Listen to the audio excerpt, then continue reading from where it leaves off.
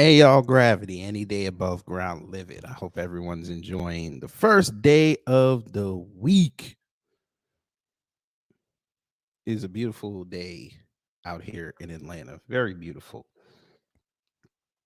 And I like it. I like it a lot. I said today we're going to talk about the convenience of selective journalism now. Again, we're in the thralls of the 2024 election, and we're about 9 days away from the second RNC debate. The mainstream media has been given their marching orders, and their shills have been given the marching orders. Black people are mobilizing again. We have to curtail this. We have to put out stories and report in a way that it keeps the focus on their community while everybody else gets to do whatever they want. That's not what we do here in New Black Media. We're going to tell you everything. We're going to show you everything. So today I said I'm going to do this show, but I'm also going to have people participate. So if you would like to come up as I go through these stories, just click the link that is pinned at the top, because I want this to be a family affair today. Well, before we get started, let's see who's in the building. Hello, Stream Elements bot and your mistress Nightbot. Leave people alone in the chat. Let them get off. Carlton Way, hello. Denise Scales, hello. Key Prince, hello. Hurricane IQ, hello. Yes, family. So let's begin. Now, we're going to start here because this is actually very recent. And it's actually happened down here in Atlanta. And it's funny because I had mentioned this a couple of days before everybody in the mainstream started talking about it. So we're going to do a deep dive into it, and then we're going to move on to other stories. But let's begin. Tabernacle whooping. Yes, we're going to talk about the AAPI. Yes, you know, the model minority. They don't get enough attention. We finna give them attention today, family. We're gonna give them attention today because it's funny. They always say that we gotta follow the model minority, and the model minority is the best thing since sliced bread. They come over here with not much in their pockets, and they make a living. They are better per capita in terms of income than everybody else. They work the hardest. I mean, hell, they're going to school 6 days a week. That just makes them automatic. They're your doctors, engineers, your captains of industry, business leaders. Uh-huh. But then we peel back the layers, and that's all well and good. But why are you not talking about the negatives? Why are you not doing that? You do it for us all day, every day.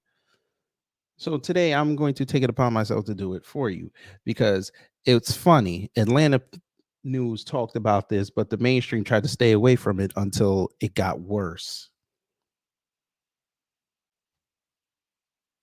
So let's begin. 6 soldiers of Christ arrested for the abuse and murder of malnourished South Korean woman.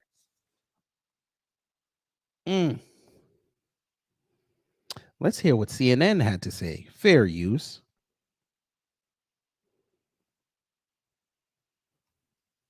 Six members of the religious group Soldiers of Christ have been arrested in Georgia in connection to the death of a South Korean woman. Police say the 20 to 30-year-old woman. Somebody in the back got the coughing venereal disease. Get them out the building. They over there coughing hella loud. Was found in the trunk of a car outside a South Korean spa in Duluth, Georgia. She had been beaten and starved. CNN's Rafael Romo joining me with more on this. I mean, this is... Well. You couldn't get it. You couldn't get an Asian person there to talk about this. You had to call up Rafael Romero. Hmm, I'm just asking for a friend. Amara Walker, you could have brought her in. She works on CNN This Morning Weekend. Oh, she works on the weekends. Family, why didn't they bring her in? Amara Walker, why didn't you bring her in? Amara Sohn Walker, why didn't you bring her in? She's Korean.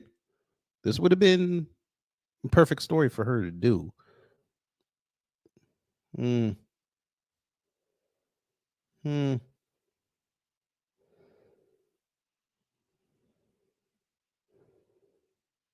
Well, they got a white guy to run their Beijing to become a Beijing correspondent. Hmm.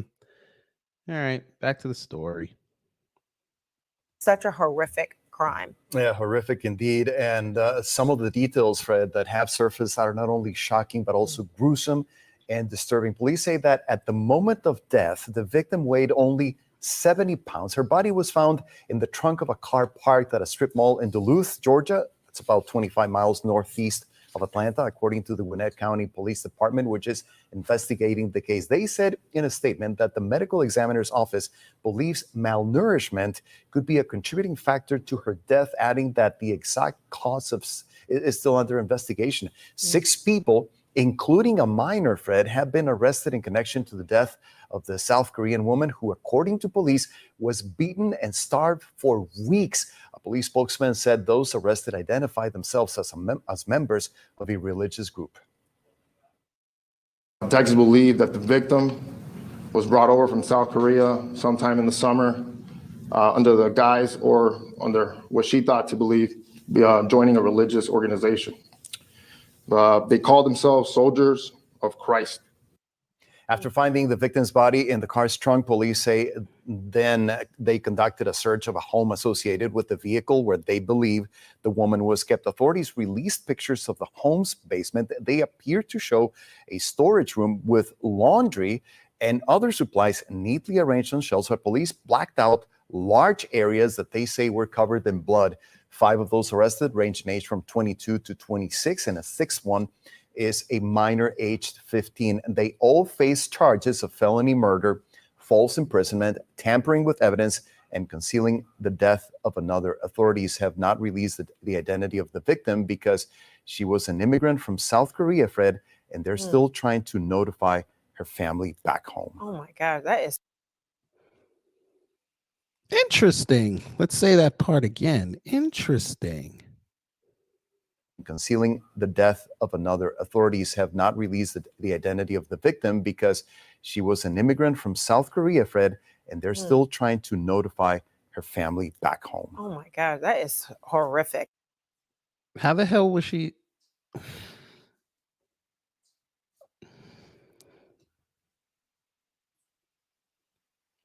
Um, are we sure? Ooh, let's be careful how I say this. You know what? We're gonna do it like this, family.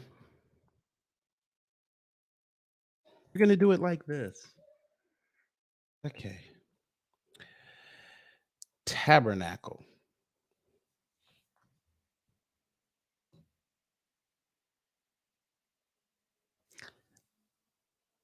How is she an immigrant if she just came here?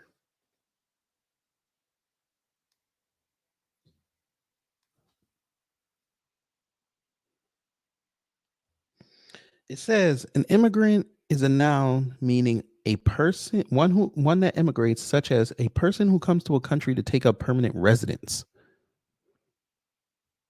They literally lured her over here to do what they want. How is that an immigrant? Peep how they're trying to, family. I want y'all to hear that because I want y'all to understand how they're going to change the definition of immigrant. Now they're going to say an immigrant is somebody who's not from here they set 2 feet down, breathe 17 times, and now they're automatically given rights.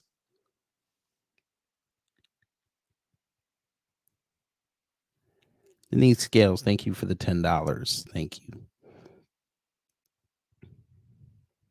Cameron Jones, hello.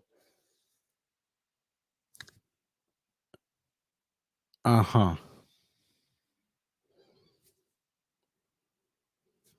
Okay. Fine.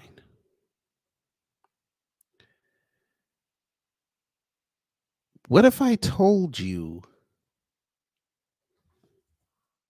that they upgraded them charges?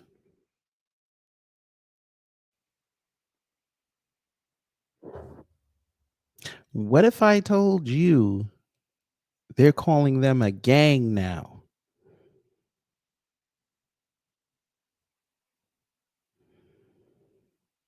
Would you believe me?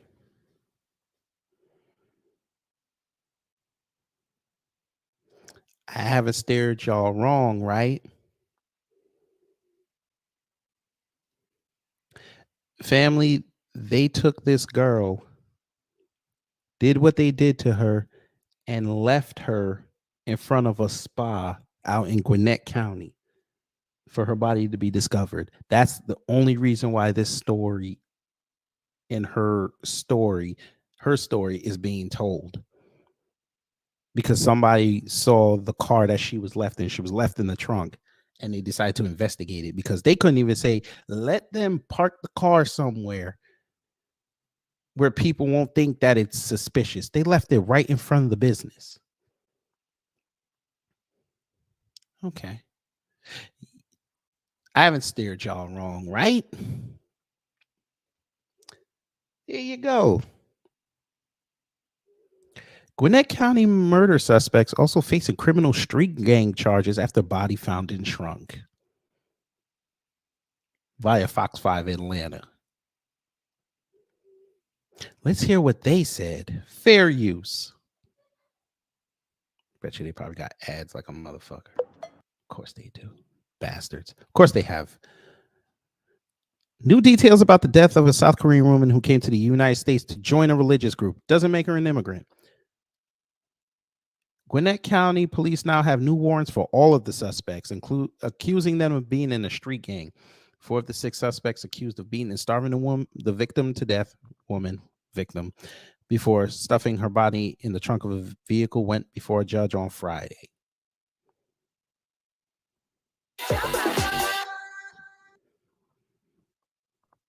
And we begin tonight at 6 with new details about the death of a South Korean woman who came to the U.S. to join a religious group. Gwinnett police now have new warrants for all of the suspects, accusing them of being in a street gang. Good evening. I'm Russ Spencer. I'm Christine Spiro. 4 of the 6 suspects accused of beating and starving the victim to death before stuffing her body in the trunk of a vehicle went before a judge today. Fox 5's Angelique Proctor joins us from the Gwinnett County Jail, where, Angelique, most of those suspects are being held. That is right, Christine. Gwinnett police said all along this was an active investigation. And just about 2 hours ago, they announced these new charges that all 6 suspects in this horrific case will now face street gang charges. Are you able to afford an attorney, or would you like me to appoint you an attorney? We got our first look at the felony murder suspects in court Friday, accused of beating, starving, and then burning the body of a young Korean woman. Police say the victim is in her 20s or 30s and came to this country to join a religious group. Police say 3 of the suspects are brothers, and the female is a girlfriend to one of the brothers. In a major development, Fox 5 News has learned police believe the victim's injuries are consistent with a religious ritual. The suspects have all said they belong to what appears to be an obscure religious group called Soldiers of Christ. But again, Friday, police slapped all 6 suspects with street gang charges. You have 4 felony charges. One is tampering with evidence. The next one is concealing the death of another. The third is felony murder, and the 4th is false imprisonment. All of the suspects appeared very compliant and mannerable in court. They all Say that again, ma'am. Death of another. The third is felony murder, and the 4th is false imprisonment. All of the suspects appeared very compliant and mannerable in court. Mannerable. I've never heard a reporter use the word mannerable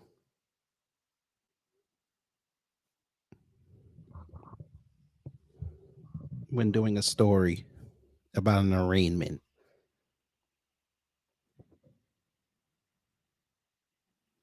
Mannerable. Brother Torian Rain, hello. I know you taking notes. I know. Once again, for those who want to come up, because I want this to be an open panel, because we got a lot of stories to get through and I want to hear differing opinions. Just click the link at the top. Mannerable. Nora Mumeen. Sorry. Nora Mumeen. I probably messed your name up. I apologize. You seem new here, but welcome.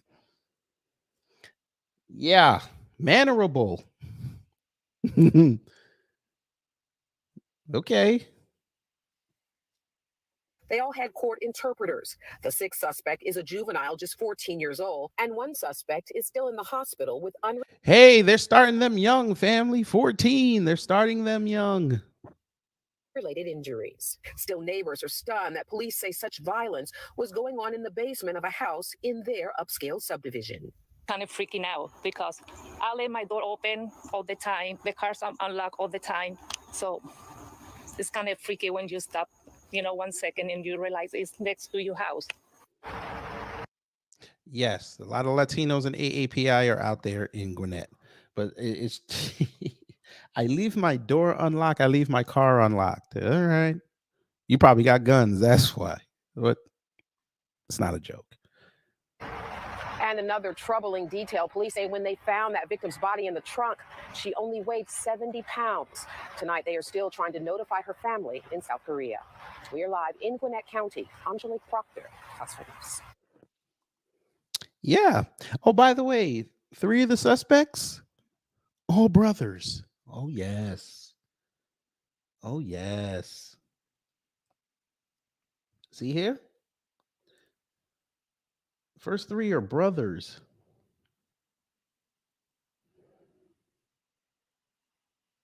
I think the 4th one was a cousin.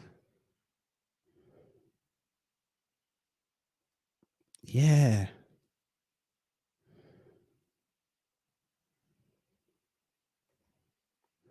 Yeah. Starting them early.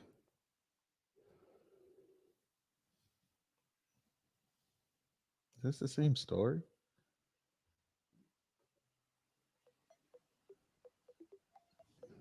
Why would they put the same video twice? That doesn't make sense.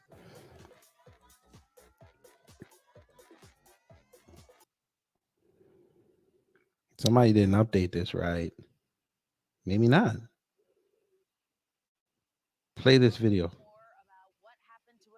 Korean woman who came to the United States to join a religious group. 4 of the 6 suspects accused of beating and starving her to death before stuffing her body in the trunk of a Jaguar went before a judge today. Fox 5's Angelique Proctor joins us from the Gwinnett County Jail, where most of those suspects are being held. Is that right, Angelique? That's right. Good afternoon, Christine. I must tell you right off the bat, we have some new information in this case. It's just come in within the last hour, and that is that all 6 of these suspects are now being charged with violating Georgia's street gang statute. So that is certainly a new development there. We got our first look at these suspects when they were in court this morning. They are accused of beating, starving, and then burning the body of a young Korean woman. Police say the woman is in her I know it paying them to do that. 20s to 30s and came to this country to join a religious group. Now, police say 3 of the suspects are brothers, and the female is a girlfriend of one of the brothers. In a major development, Fox 5 News has learned today that police believe the victim's injuries are consistent with a religious ritual. Now, all suspects have said they belong to what appears to be an obscure religious group called Soldiers of Christ. But again, Friday afternoon, police slapped all 6 with street gang charges. You have 4 felony charges. 1 is tampering with evidence. The next one is concealing the death of another. The 3rd is felony murder. And the 4th is false imprisonment. Now, all of the suspects appear to be pretty compliant during court today. They all had court interpreters. Keep in mind, one of the suspects is... What do you mean compliant? What are they going to do? Wild out? Okay, sure. just 14 years old and would be through the juvenile system, so we don't know if he appeared today or not. And then the sixth suspect is still in the hospital being treated for what police say are unrelated injuries. We're live in Gwinnett County. Angelique Proctor. All right, thanks for the latest.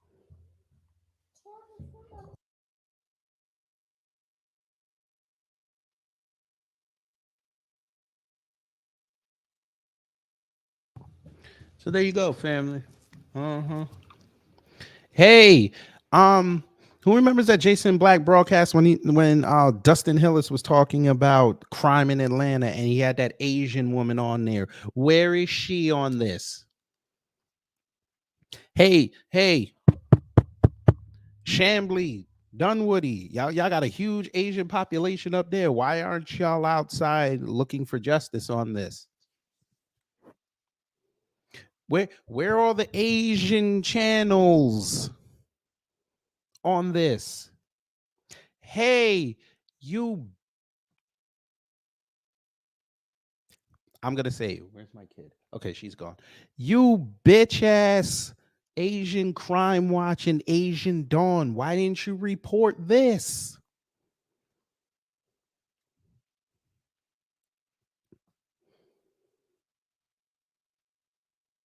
Well, I don't know if you reported. You blocked me like the bitches you are, but why didn't you report on this? Huh? Nah, Cameron, this was over there in Lawrenceville. This wasn't Buford.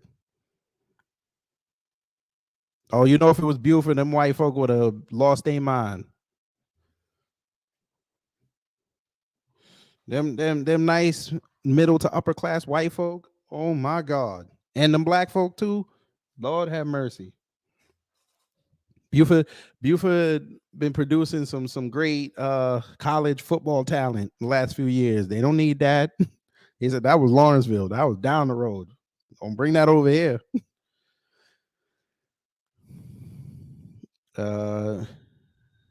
Nora said they hush us, still trying to maintain an image of being book nerds who only get picked on, hence their crime bill. Yeah, about that crime bill. I wonder if it's going to be used.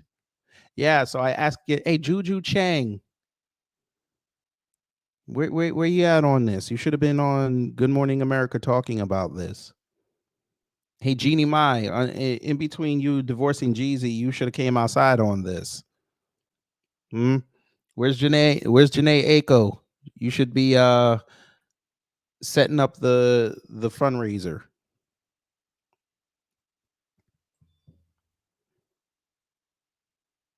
Yeah. How about that? Hey, they finally got all my stuff. Oh, nice. Don't y'all, sorry, real quick, family. Don't you just love it when you order stuff on Instacart and they have everything? Andrew Yang, yeah. Why is he not offering UBI to the victim's family? Why is he not doing that? Karen Joe said they tortured her to death for church. No, they were part of an obscure church related religious group, and they said it was a ritual murder. That's what it looks like.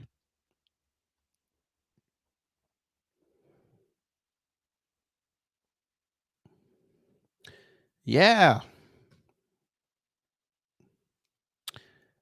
What if I told you it got worse, family? What if I told you it was worse? I know I'm taking Jason Black's talking moves. What if I told you it was worse?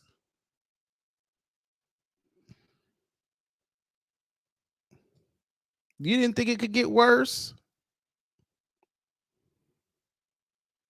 Well, oh, I know I don't think I see what I'm seeing, what I'm thinking. Remember, they have to do an investigation. They went in the house. What did they find in the house? Let's hear 11 Alive tell us. What did they find in the house?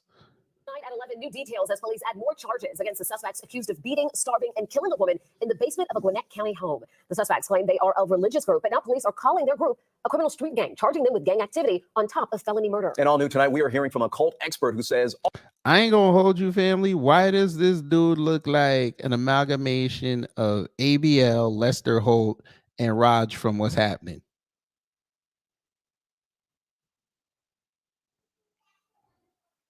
I know I ain't supposed to make a joke, but Lord. He looks like an amalgamation of Anthony Brian Logan, Raj from Good Times, and Lester Holt. No, they're not baby triage. These are Koreans. We'll blow it up. I'll give y'all 5 seconds to tell me if I'm out of line for saying that. He looks like Lester Holt, Raj from Good Times, and Anthony Brian Logan. Why not a Rico? I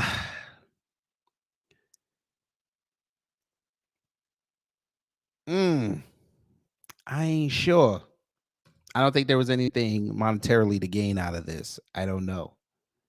But we'll see. Still early, but we'll see. Go ahead, Anthony Roger Holt. Go ahead. That's your new name, Anthony Roger Holt. All of this matches a pattern. Here's 11 Alive's John Sherrick. So far, the 6 murder suspects have not had a chance to tell their story publicly. But from what police have said so far, they call themselves soldiers of Christ. Sadly, John, I hear about this constantly. Rick Allen Ross follows cults worldwide. He's the author of Cults Inside Out. And they're often... They had to go get the white guy. They had to go get the white guy that wrote a book called Cults.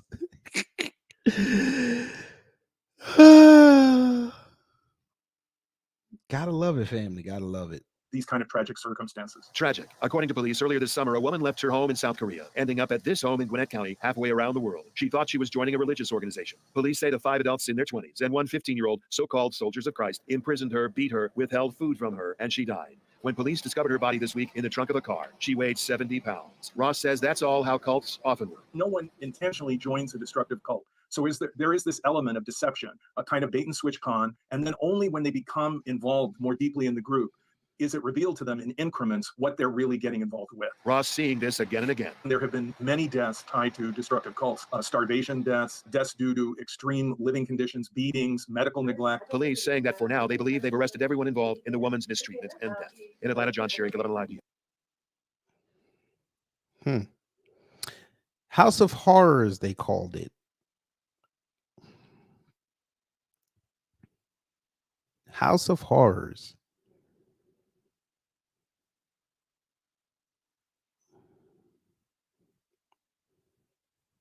First tonight at 11, new details as police add more.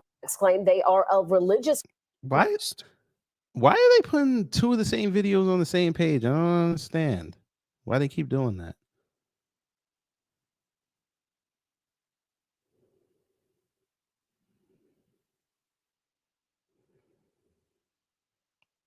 But all right.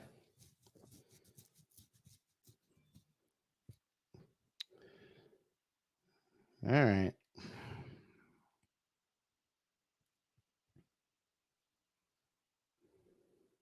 I tried to look up this soldier of Christ, but nobody has any information online about him.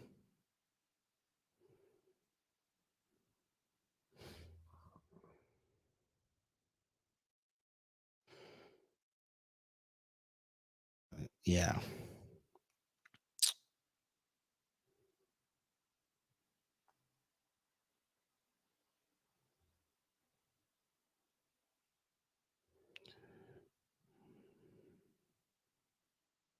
Crazy. You locked her in the basement and beat her. Okay, say less. Yes, it does.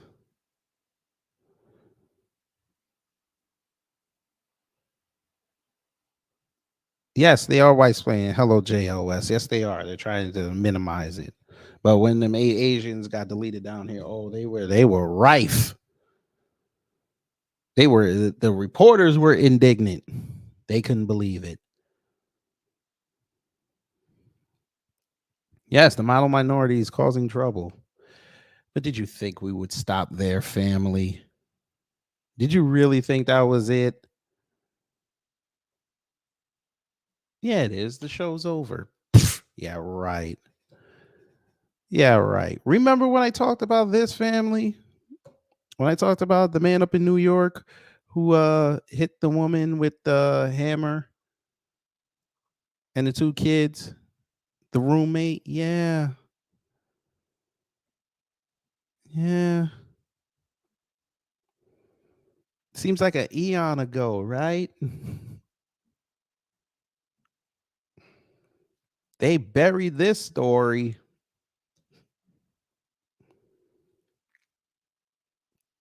But we know they've been doing this for years. They just don't want to report it.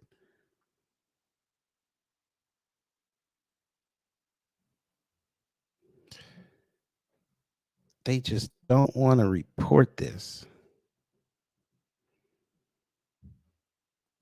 All right. Hey, AAPI. Yes, he attacked them with a hammer. This is a story from last year over in Chicago. Man takes aim and fires something that is hot and deletes ex-wife himself after she posted about their marriage woes on TikTok.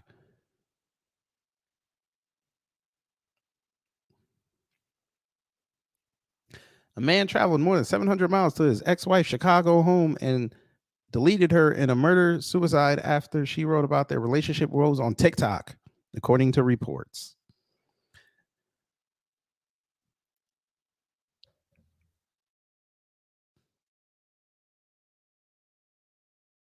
Sania Khan, 29, and her former husband, Raheel Ahmad,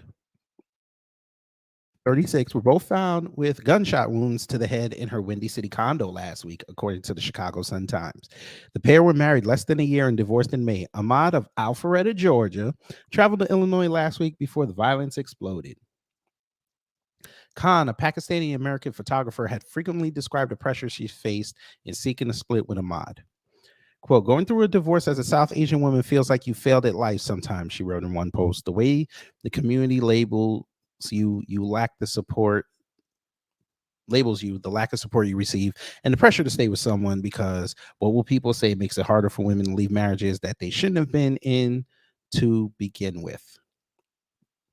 She wrote that her family exerted pressure on her to keep the union intact, with some even threatening suicide if she refused. You heard what I said. I'm going to read it again. She wrote that her family exerted pressure on her to keep the union intact, with some even threatening suicide if she refused. How are you going to commit self-deletion because somebody else wanted out of a marriage? Huh? Excuse me?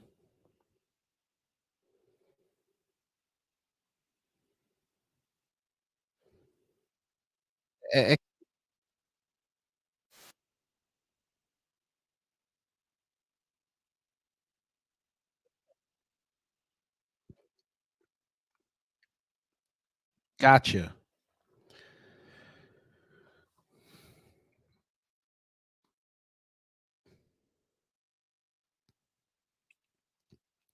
That's, I guess, screenshots from the TikTok.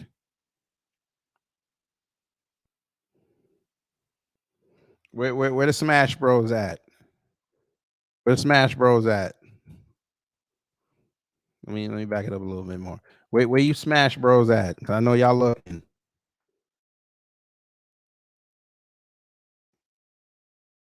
Where you Passport Bros at? Y'all were gonna make a wife out of her?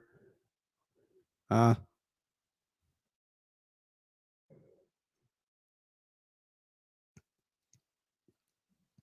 After they knocked on Khan's door, officers heard a single gunshot and an audible groan, the outlet reported. They found Khan finished inside and Ahmad suffering from a mortal gunshot wound. Ooh, finally had your dream South Asian wedding, but end up marrying just another toxic South Asian man.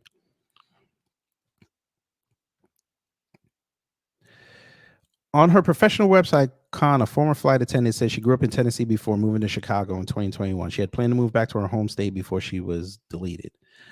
A friend told the Sun-Times that Khan was a social worker before she became a flight attendant to support herself financially while pursuing her passion for photography.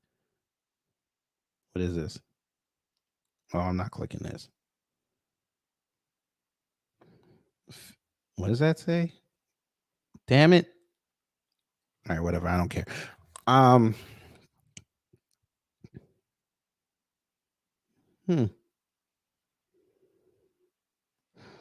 Others close to, oh, this is it. Oh, this is the building. Looks pretty expensive. Okay. Others close to Khan told Time magazine that Ahmad was a controlling presence in her life and stifled her with unending scrutiny. I'm sorry. He monitored what she wore. Gabriella Bordeaux told the outlet he was wary about who she hung out with, how she presented herself. Bordeaux also asserted that Ahmad's motive in visiting his ex was clear.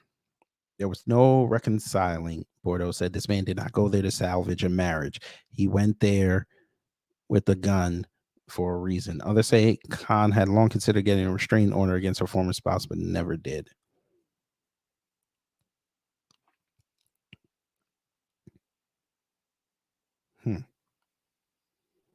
Yeah, but they don't want to put that out there.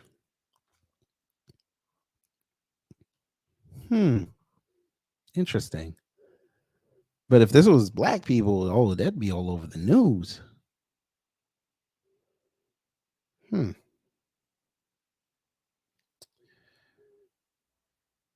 Yeah.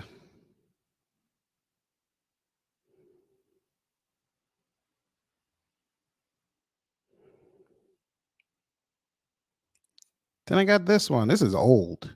This is 21 years ago out there in California. A strange husband deletes wife, attacks in-laws with butcher knife.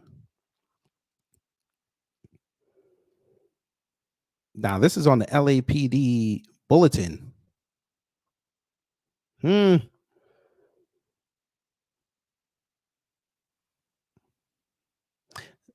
This Asian man, Saev Liang, and her estranged husband, 47-year-old Tolit Pai, were involved in an argument inside their residence that turned deadly when Pai obtained a large knife and began attacking his wife.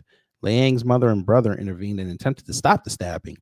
Pai then turned his deadly intended rampage upon the two family members who were trying to save the woman from being deleted. After the savage attack upon the three victims, Pai left the residence and drove to the 1100 block of Sunview Place where he attempted self-deletion. Rampart area officers responded to the location and took Pai into custody without incident. The weapon used by Pai was recovered at the scene.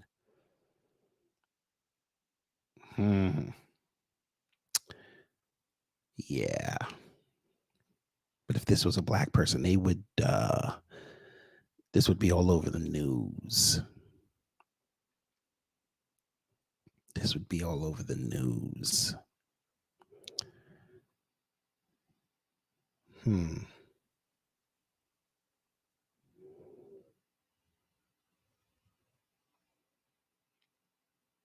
Then this just came down the wire a couple of days ago.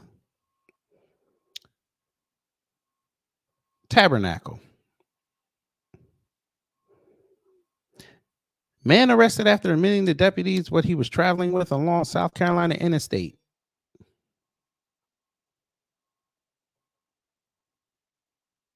That's the suspect, Xiang Che. You see that right, family. You see that correctly. He was busted driving through South Carolina with 224 pounds of weed. That's right. Fair use on the story. What is this? Get this off the screen. What is this? I don't know what this is. That shit look hella old. Man is facing charges after he admitted to deputies about what he was traveling with. Deputies say Xiang Che was pulled over on the interstate. While talking with Che, the deputy smelled an odor of marijuana in the vehicle, and Che told the deputy that he had more than 200 pounds of it in the car. Che was then taken into custody. 200 pounds. 200 pounds. That's a lot of high grade. 200 pounds. Did you see how much? Look at that, 200 pounds. Where are the comments?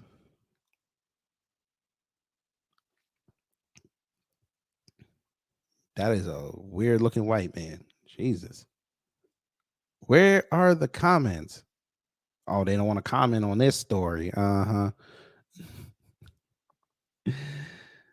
Oh, family. See what I mean? Hey, they didn't even want to talk about that. I hope you know that. That ain't national news.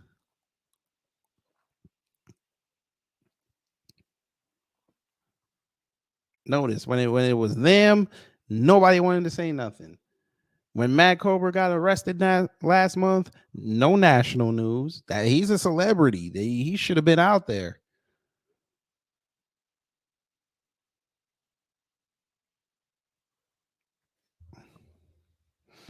That's right, family. We're talking about it today. The convenience of selective journalism.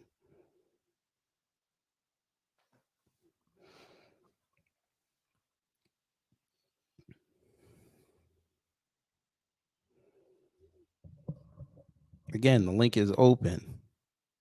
Let's go down these rabbit holes.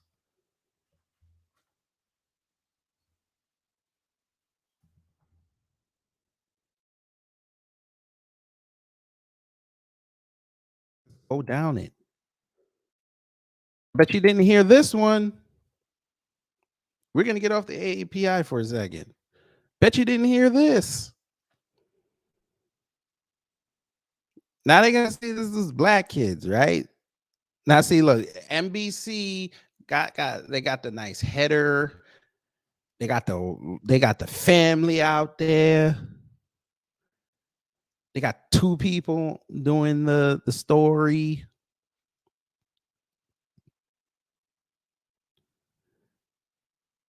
It's a beautiful story. Look.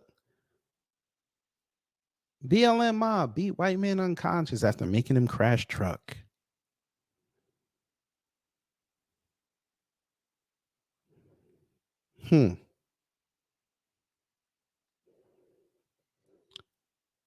Bet you that's let's look at that story really fast. Let's see how big it got. Let's see how much attention they got. They got a video. Look. They got pictures. Look at this. Ain't that something? Look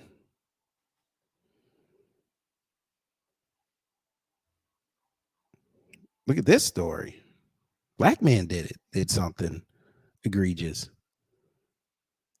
They do the 2 video thing. This must be a new thing. They do the 2 video thing.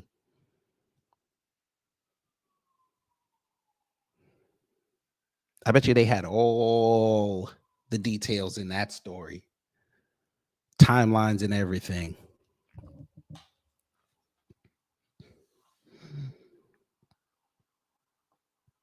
Selective journalism.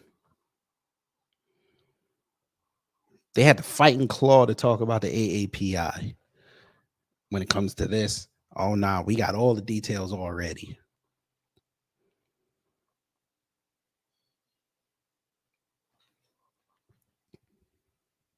They want to praise who they want to praise.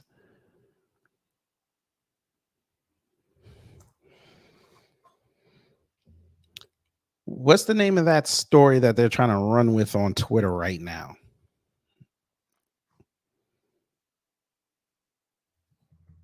The one where the teens hit the guy.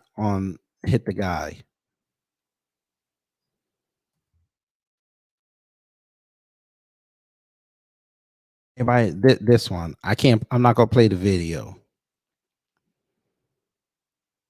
But it's just funny that they're trying to say that the kids are black.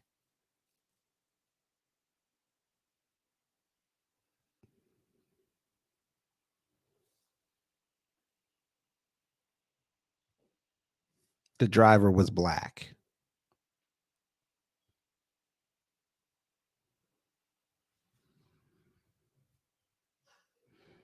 Everybody went crazy on the comments trying to see who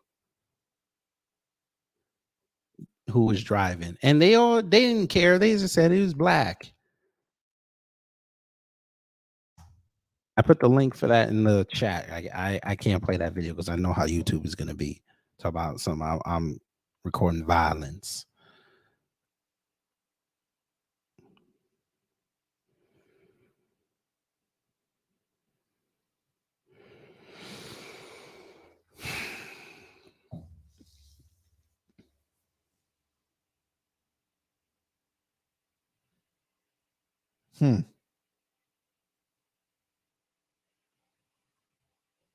Selective journalism. But I want to show y'all something.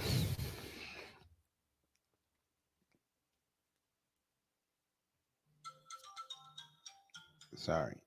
Yeah, I want to show y'all something. Remember when I said at the beginning of the show, family, how they want to distract us? What's one of the leading stories today?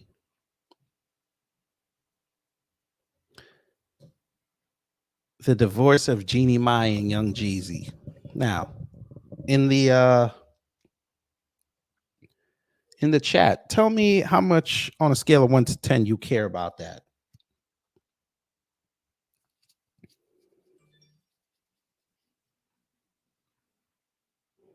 I'd like to know that.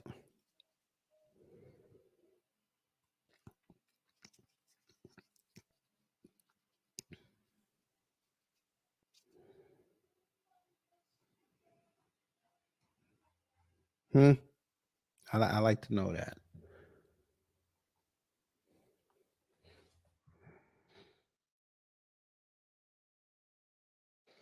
Me personally, I don't care.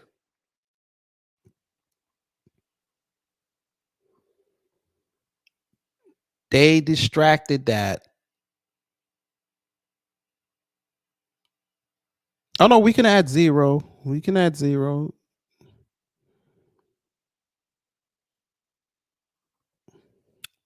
I see zeros. Noah said 1. Hello, Noah. Hello, Shamika. It's funny that that's what they care about. That's what they're distracting us from. Putting that story out is a distraction. I'm going to tell you why it's a distraction.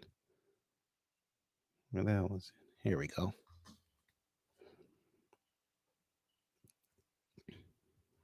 I'm going to show you why it's a distraction. Y'all about to be pissed. Where's my thing? Here it is. Oh, I know I don't think I see what I'm seeing, what I'm thinking.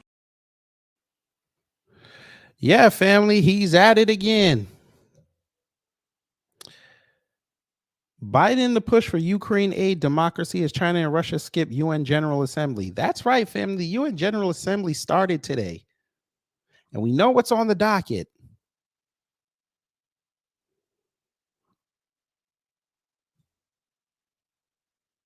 Now, usually when the UN General Assembly is taking place, that's usually a national story around these parts. Usually. Especially if you're in New York, they love to tell you, hey, avoid these roads, avoid this area because it's going to be locked down to hell.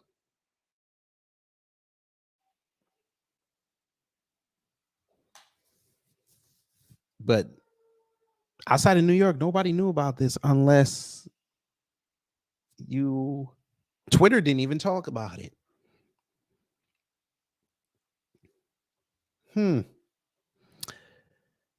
Leaders from at least 145 countries are slated to attend, with a few notable exceptions. France, the United Kingdom, China, and Russia will all be absent. A substantial section of Biden's speech to the UN General Assembly on Tuesday will be devoted to the war in Ukraine.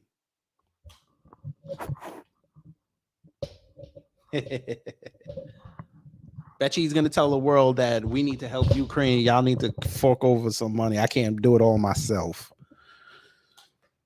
This will be the first time Ukrainian President Zelensky has attended the UN summit in person since the war began. President Joe Biden will address the United Nations General Assembly on Tuesday, where he plans to promote democracy and advocate for increased support for Ukraine. For Biden, it's another opportunity to advance the ideas of diplomacy and democracy against those of aggressive autocracies, as he did at the recent Group of 20 summit earlier this month. Biden will lay out for the world the steps that he and his administration have taken to advance a vision of American leadership that is built on the premise of working with others to solve the world's most pressing problems, White House National Security Advisor Jake Sullivan said in a briefing Friday. Leaders from at least 145 countries are slated to attend, with a few notable exceptions. France, the United Kingdom, China, and Russia will all be absent, meaning 4 of the 5 countries that hold permanent seats on the UN Security Council will not be in attendance. The absence of China and Russia gives Biden an opening to advance ties between the United States and smaller developing nations that attend the UN but are not invited to other international functions. Biden is slated to meet Wednesday with President Luiz Inácio Lula da Silva, Brazil, a key leader in the global South who has also been a proponent of peace talks between Russia and Ukraine. Lula has argued that the U.S. and other Western nations are prolonging the war with their defense support. Yes, thank you, Noah. I was going to get to that once I finished the article.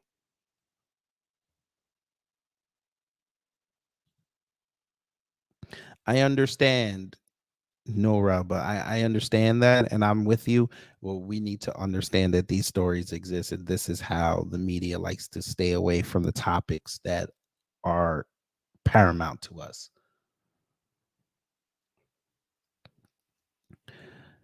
The president will also meet with the leaders of the 5 Central Asian nations of Kazakhstan, Kyrgyzstan, Tajikistan, Turkmenistan, and Uzbekistan, marking the first time a U.S. president has done so jointly. He will also meet with Israeli Prime Minister Benjamin Netanyahu, the first time the pair have met since the prime minister won re-election last fall. Okay. So pretty much, yeah, U.S. support for Ukraine. Even though, see, there you go. He wants an extra $24 billion. And all these cocksuckers that be sitting on social media bitching about that Biden's giving out all this money. Yeah, I don't see y'all right there. Y'all can go take trains and go protest on this man. Y'all won't do it, but y'all puffing out your chest when we talk about reparations. When we talk about anti-hate bills. When we talk about the crime that these communities are doing, and y'all love to blame it on black people.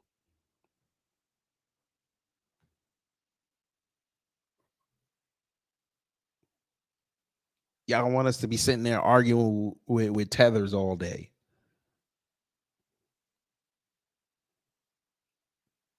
This man is still giving money to a nation that clearly A, has gotten enough, and B, I'm not even going to say B because I'll get in trouble. But he's literally giving it to the N people, and y'all ain't got nothing to say about that.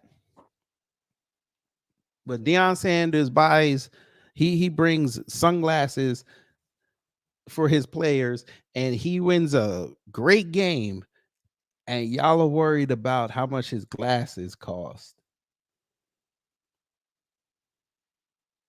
Y'all don't like the fact that he's a confident black man. Y'all don't like the fact that he is changing culture.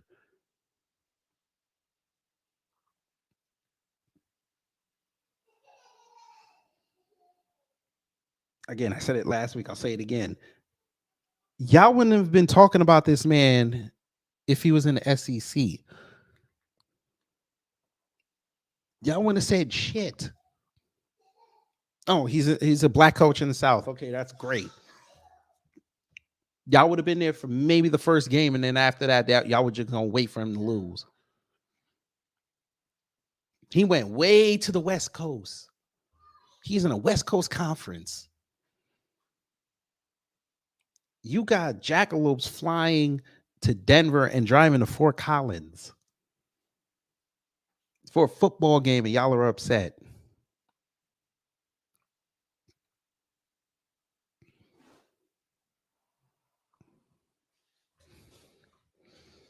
Um,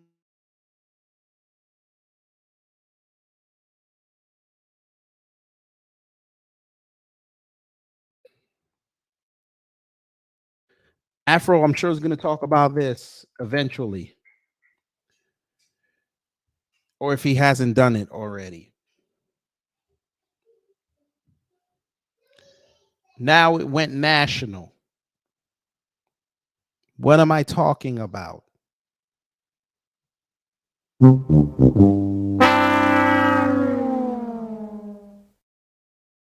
When we talk about 15-minute cities, this is what we mean.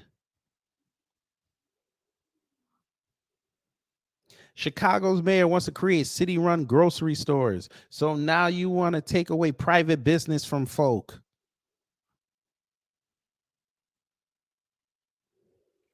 Shamika Gray, yes, pocket watching them, and then when we do it, we get called haters. JD Informant, hello. Lehman Lucas, hello. That's right. They're calling him a liberal mayor. The Daily Mail is calling him a liberal mayor.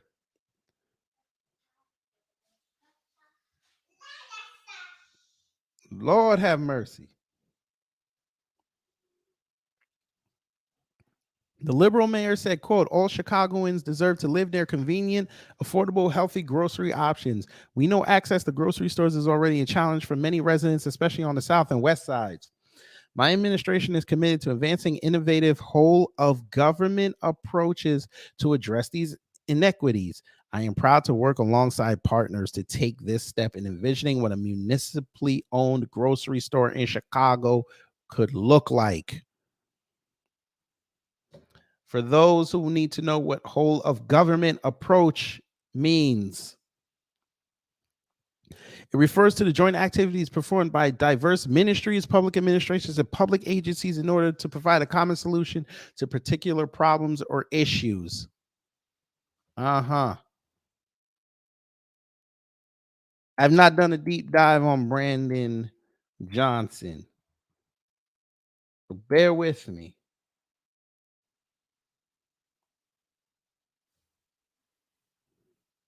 Bear with me. I've been looking at him, but I didn't go down that rabbit hole yet.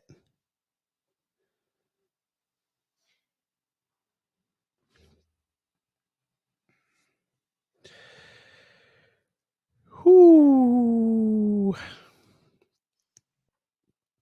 This guy, you know he's dangerous.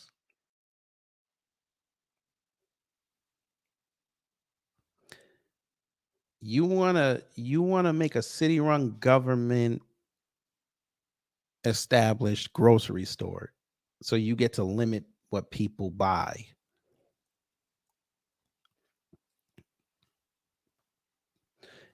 Because of quote unquote food deserts, which I'm not saying don't exist, but y'all still want to tell us that y'all not trying to create 15-minute cities?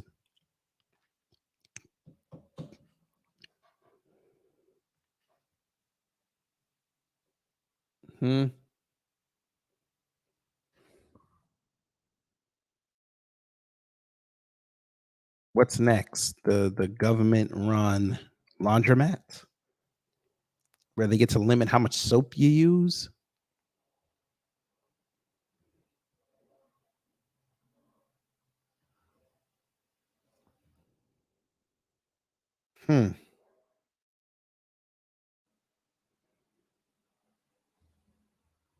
Just asking for a friend here.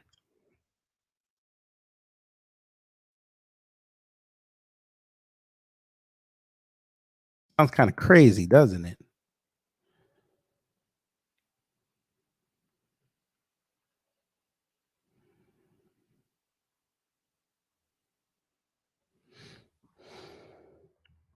But, you know, we should give people like that the benefit of the doubt. He's just doing what's appropriate and what's needed to further Chicago. Which is funny because I said if we can get control of Chicago, we can do some damage. Now they just want to damage Chicago. Yeah.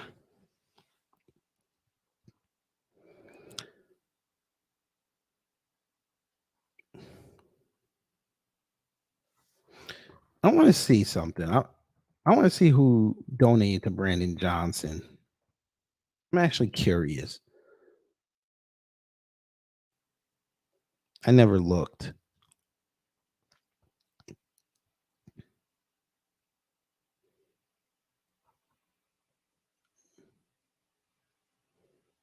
Hmm.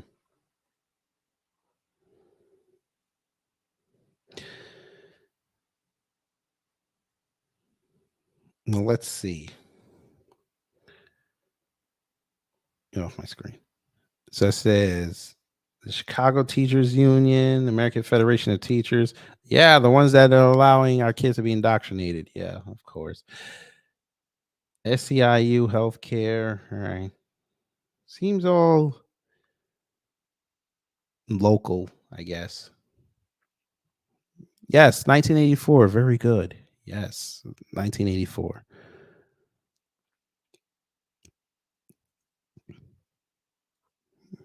Well, I think Chicago, you might have a point because Chicago's so isolated somewhat.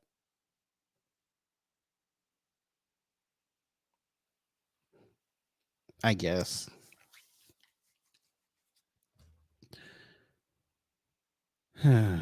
Oh, Chicago.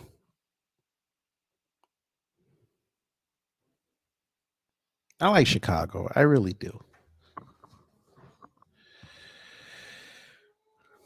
But like I said, we're talking about selective journalism here. They kept us in the loop about the brick lady.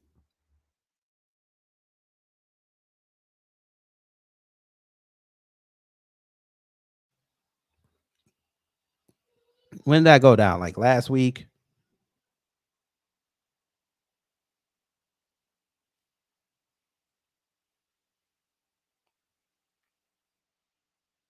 Mm. I think it was last week, right?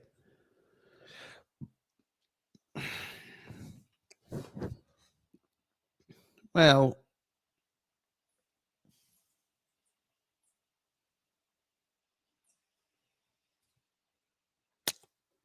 this happened. Now, BRICS invited Egypt into the fold, which gives them a strategic move with the Mediterranean. No, the police union Lehman went for Paul Vallis.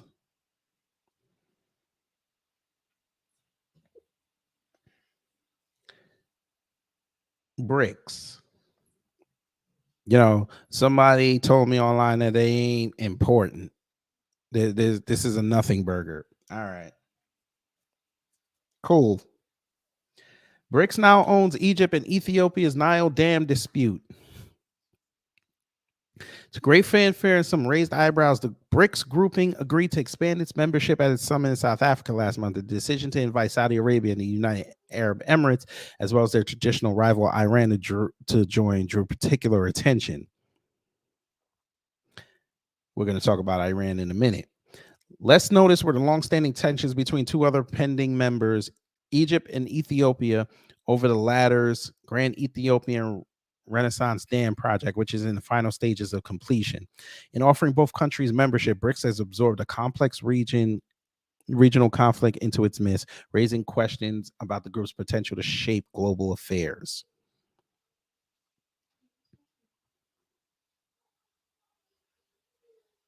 A dam.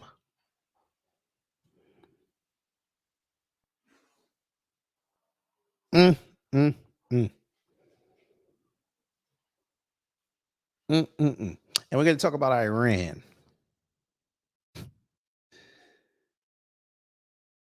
Again, they can distract us with everything, but again, mainstream media over here ain't talking about BRICS outside of print, and we know people ain't gonna read the shit.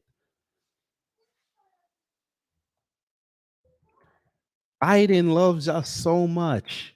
Hey, you Biden sexuals, come here. You bastards. This is blood on your hands, you bastards. Hang on one second. Get that water.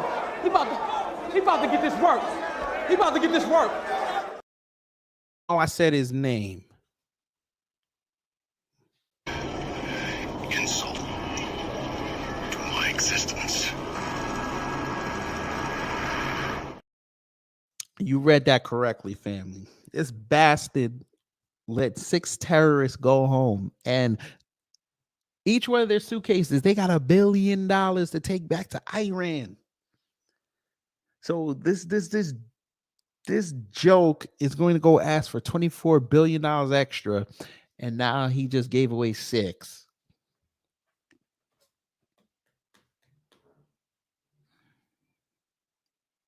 Gotcha. Look, family. They did a live broadcast. Yes, they prison swapped. We understand this. They did a live stream of this. Go look at this report, family. Fair use. General Assembly here, and we will cover that when it happens. Not today, but tomorrow and the rest of the week. So you're looking at live pictures of 5 of the Americans who are in this prisoner swap. They are about to get off of the plane in Qatar, and then they'll be out making their way back to America. No doubt there is a lot of relief from them, held, against their will, obviously. And this is all coming at a time when the UN General Assembly gets underway today. We are very fortunate to have General Jack King with us today. And General, we are just waiting here for a glimpse of these Americans. These are live pictures of the plane that has just landed in Qatar. Let's get your take on this prisoner swap today. Well, there's a lot of talk about the swap, and certainly we're delighted to have 5 Americans return after coming out of even prison, which is just a hellhole in of itself. I can't imagine the joy that their loved ones feel about this. But the swap isn't the issue here. And you can tell that by the fact that 3 of the people that are being released are not even going back to Iran. 2 are staying here and 1's going to another country. What this deal is about for the Iranians is the money. It's the $6 billion. And I think we have to be somewhat skeptical. I know the administration is well-intentioned here, and they're trying to say the money's going through a third party in Qatar, and they're going to monitor that and ensure that money goes for humanitarian needs. Look, we're 43 years into a relationship with this regime. This is the regime that blew up our embassies, blew up our barracks, started a hostage-taking campaign almost the first year they took power, killed our CIA station chief as a hostage, nearly brought down the Reagan administration as a result of trying to trade arms for hostages. I think we figured out what we should be doing here in terms of hostages, and that is do a swap for sure, but don't do any money. Why? Because the money winds up in the hands of the malice regime leaders, and it's going to fuel what they're trying to achieve. Dominate and control the Middle East is what they want to do. And the second thing is provide as much munitions as they can to help Russia defeat Ukraine. So if the administration, I recommend this to them, if they really want to convince the American people that there's going to be strings on all this money and it's not going to go for malign purposes, then report out to the oversight committees in the House and the Senate, do it behind closed doors, and show them where the money's going, and keep doing that. My judgment is the money's going to wind up in the hands of the Iranians, malign leaders, and they'll do what they want with it. Well, $6 million is a lot of money. $6 billion just blows the mind, General. The Obama team was obsessed with its relationship with Iran. A lot of that had to do with concerns about nuclear weapons, et cetera.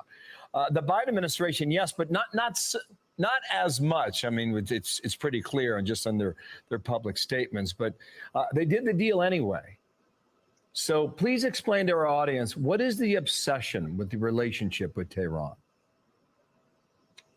Well, I think we've seen 2 administrations took a different approach to Iran, and that is to try to appease them, to try to work diplomacy to establish a peace and stable Middle East. And I think that has failed miserably. The only thing the Iranians truly respect is resolve and strength. And we've seen that when we've been willing to confront them. So I disagree with the basic approach. Remember what happened here. The Biden administration came in, Bill, and almost immediately within the first 30 days began to reach out to the Iranians to go back to the nuclear deal. And I think the Iranians see that as weakness on the part of the United States, as opposed, what should they have done? What could they have done? Well, they could have doubled down on the Trump sanctions, some of which had some loopholes, and that's always happens. And you see those things happening. Then close those loopholes, reach out to the Arabs and strengthen the hand in the Middle East. What did they do? They stiffed the Arabs, unite with Israel against the Iranians, and they stiffed Netanyahu, who came back into power. Absolutely all the wrong signals for a regime that wants to dominate and control the Middle East and control the flow of oil out of the Persian Gulf. Why do we know that? Because they say that every single year is their objective. And we should be aligning ourselves to make certain that that doesn't happen. General, I do think it's also interesting just for, as Americans watching this, and you see the relief of the, I mean, these might be the family members that have come with the Americans who are being released today that you can see live on your screen right now. And obviously there is joy and relief, and I can understand that. Yet today here in New York, you have the sanctioned president of Iran flying on a sanctioned aircraft on a Biden-approved visa to enter the United States for this UNGA meeting, while we know they are actively plotting terror attacks on U.S. citizens, and $6 billion lands in the bank account by the time he lands. And I think when people wonder about the trust in institutions, this is part of it. Oh, yeah. I mean, this is a rogue, malign regime. You see what they do to their people when they demonstrate against them and protest just basic freedoms, like how should women dress. And what do they do to those people? They shoot them, they kill them, they torture them, and they put them in jail. They do this in full public display. This is at the heart of this regime. They are morally bankrupt, and we know that for a fact. Now, they are members of the United Nations. Do they have a right to go to the United Nations and sit at meetings? Yes, they have that right. And they certainly would be doing that if the United Nations was someplace other than New York City. But also, we have a microphone at the United Nations, and we could point our finger at them in terms of what this malign behavior has. I will bet that that does not happen, that we don't try to isolate this regime for its behavior, its history of killing Americans. All right, we ain't got to hear no more. Sorry, this is just some damn good oatmeal raisin cookies. Fam. Uh-huh. I was wrong. Their total is $15.7 billion.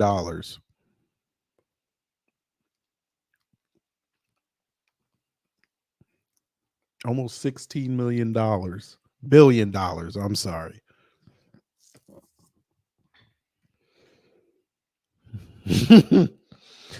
Okay. This is the last call. I really want people to come up because the last thing I'm going to play for y'all, I want y'all to hear this. And I want commentators. So if you're free, please click the link at the top. I'm not even going to tell you what this is yet until somebody comes up. If not, then I'll play it and then I'll do what I did last night. But give me 1 second.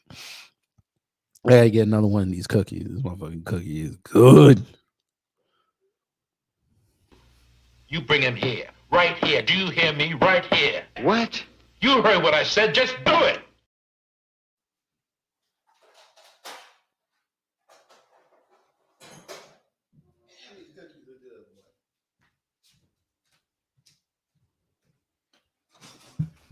I think these cookies taste better because I bought them from Kroger and they were marked down to $1. I basically got a dozen cookies for $1. I know they were probably old, but they still taste good. God damn, these cookies are good, boy.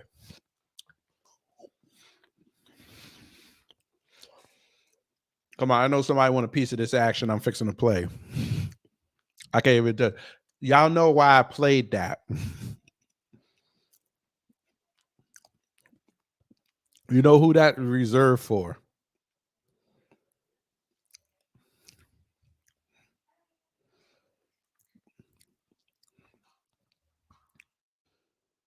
What if I told you he tried it?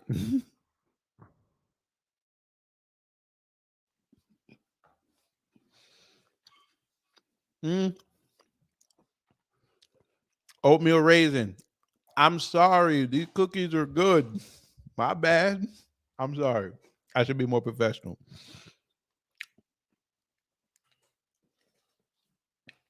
Family. Your man did it again.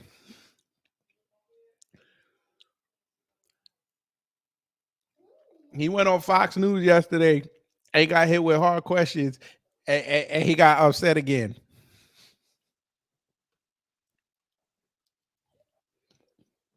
One more time. You bring him here. Right here. Do you hear me? Right here. What? You heard what I said. Just do it. There you go. Okay, so let's start here. President Trump has widened his commanding lead. I mean, at 60% now. Many analysts say everybody else is just sort of playing for second place. You've said you would not accept the vice presidential spot. So what's the point of your campaign now?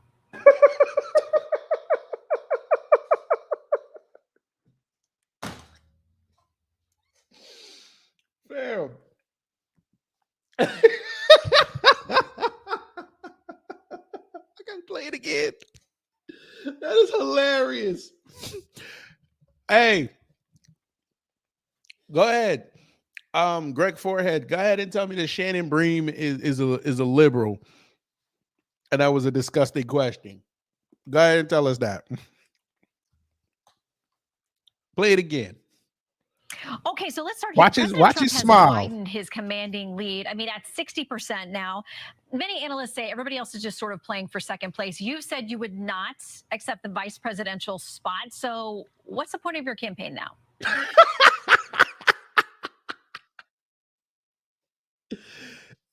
Hey, family. It was just fine 2 months ago when he talked to Shannon Bream. She said, what's the point? He's still running. Oh my God, no.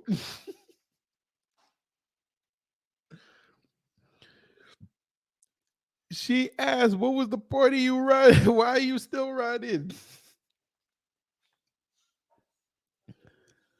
Oh, good God, no.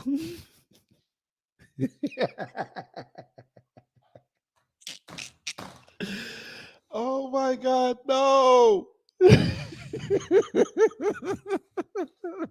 I want to play it again. I'm going to play it again. Okay, so let's start here. President Trump has widened his commanding lead. I mean, at 60% now.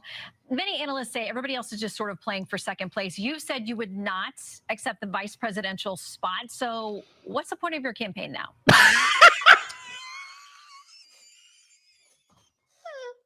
Sorry, I don't think I put. Oh my God. Yo, they don't care no more. Remember what I said 2 months ago? They were going to get at him after that Tesla interview. They used a black woman to open the door. They were like, is that shit safe? Yes. Okay. We're going to ask him everything under the sun. Come here. You bastard, you. We finna play the whole interview. I got the whole interview queued up, family. We need all this. God damn it. Here we go.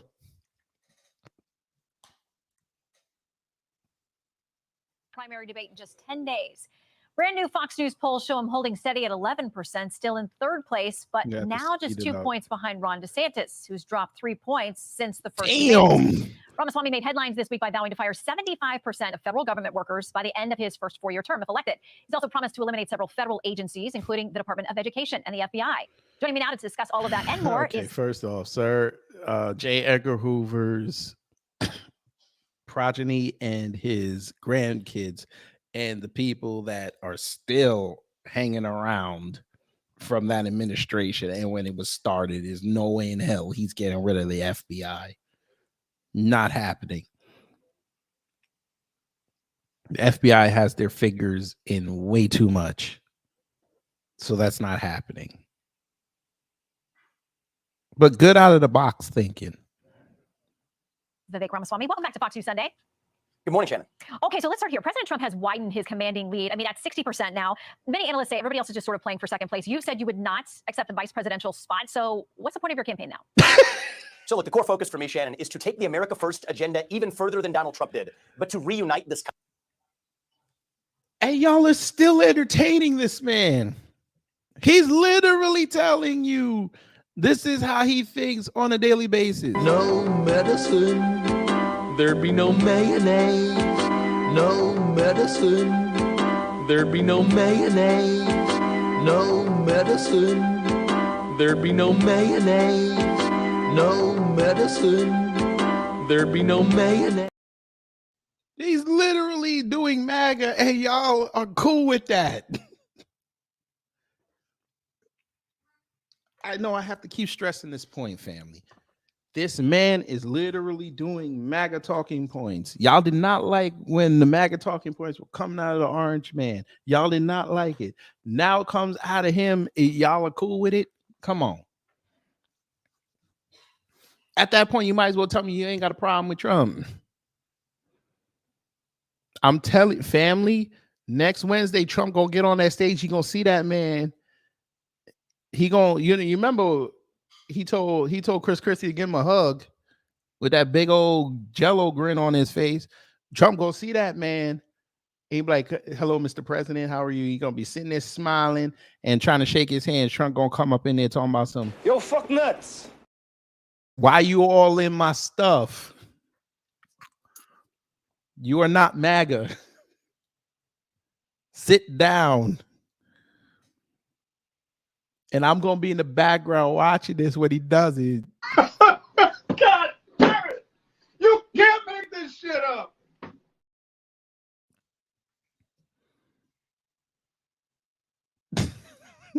This man.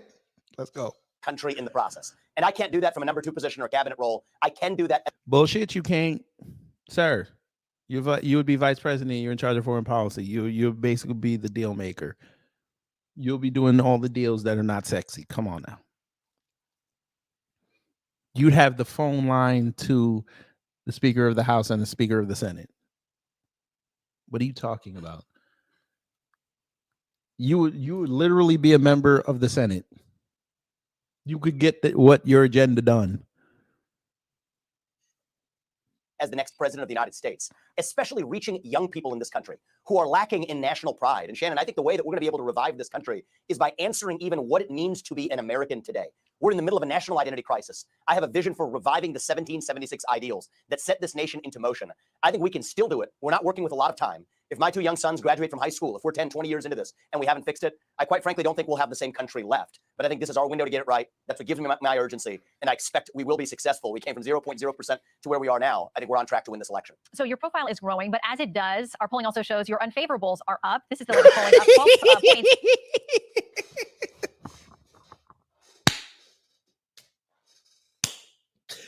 Fam, do you not see that? Hey, who got Teslin's? Who got Teslin's Cash App for me? I gotta send her a cup of coffee. I'm gonna Cash App Harvey when I get off the show. What did we tell y'all?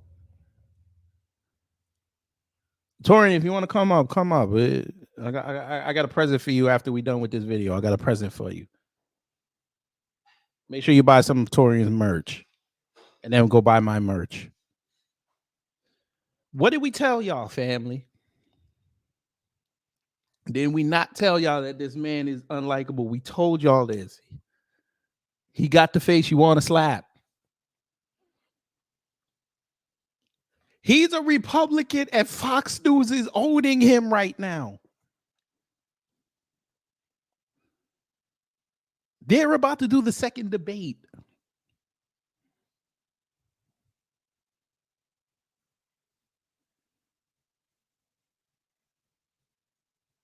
Yes, Hurricane IQ. I have merch. The link is in the description box. We told you that this man was unlikable, and after that Teslin interview on the Breakfast Club, people were going to start to look into this man. And they looked in there, and his paid trolls and bots and the people that really are trying to ride this Swami wave, there you go. They start finding stuff.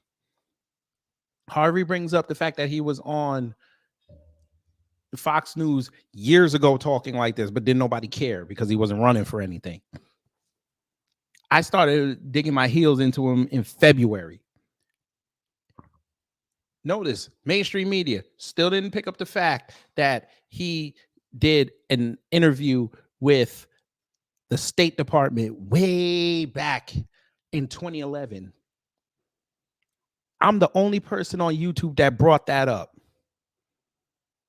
Trust me, I've looked. Nobody else brought that up because he wants to claim he's a political outsider. You can't be a political outsider if you talk to the State Department. How are you a political outsider when your company literally makes medicine?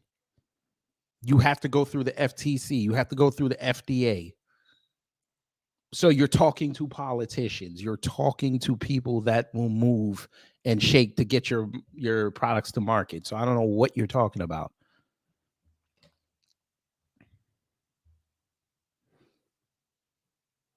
Then the stuff comes out about the coffee venereal disease in Ohio. Then it comes out he's not even registered as a Republican in Ohio. The Al Sharpton video comes out. The Eminem stuff comes out.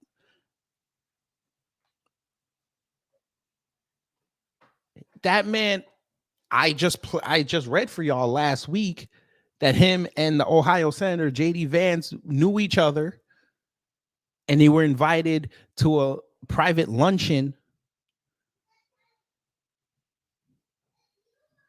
on behalf of what was it?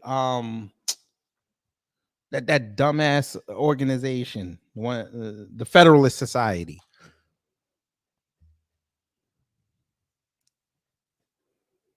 How is he a political outsider when you were invited to be coached to become a politician by the Federalist Society? How? Fam, we don't even have to go down that rabbit hole that deep. We'll go back surface level with Teslin's dissection of this man. How did all these so-called intelligent people in this country who went and disliked the hell out of the video that the Breakfast Club did and actually claimed that they sat down and watched it, how did you skip over the fact that that man said that, yes, I was active in political circles in a younger day, but the woman asked you to explain it, and your first response was, it's probably too small to brag about.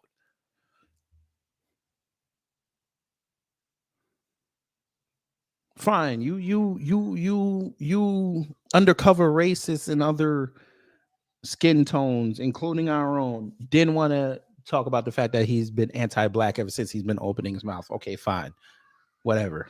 That triggers you because that actually requires you to critically think, and we know a lot of y'all don't know how to critically think. How did that Teslin response go over your head? How? I'm sorry, if I do something important as small as it is, I'm going to brag on it.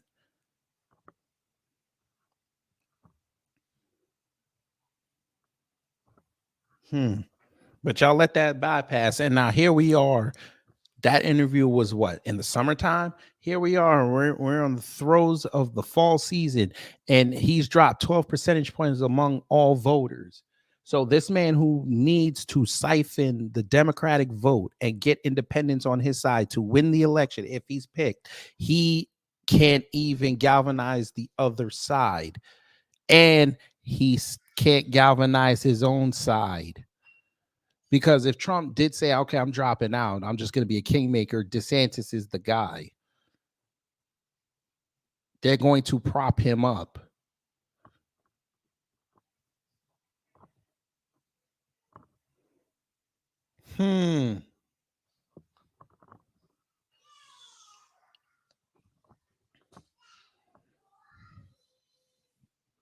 GOP primary voters, you dropped.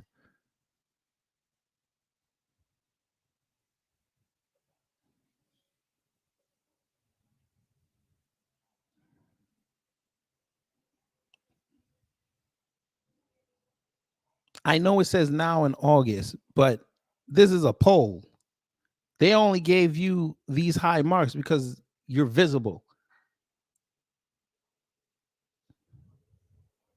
You talk like Trump. That's going to spike you.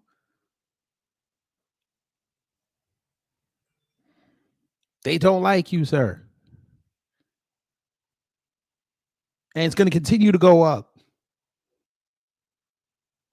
They don't like you.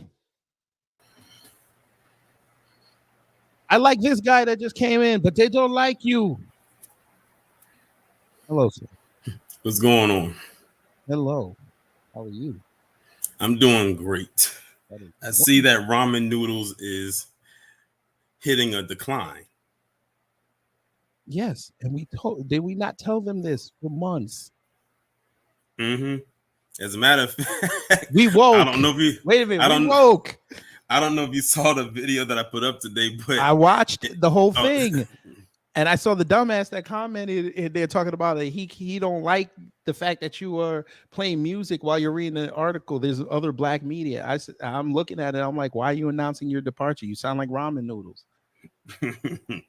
Piece of, I don't get. I've never gotten that, but okay. But yes, we're woke, ladies and gentlemen. Yes, we are. We're woke. We told you this months ago, but y'all didn't want to listen. All right, now you're seeing it. But he got more. That lady, see, even white people don't like him. They just listen. Why are you still in this?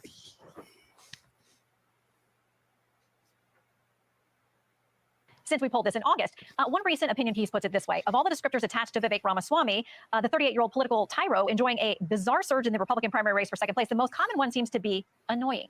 Jesus. And their last name is Goldberg, so you know what that means.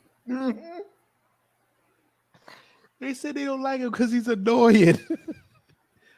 Don't you do that. They say he's annoying. You know what that means, right? They tired of him.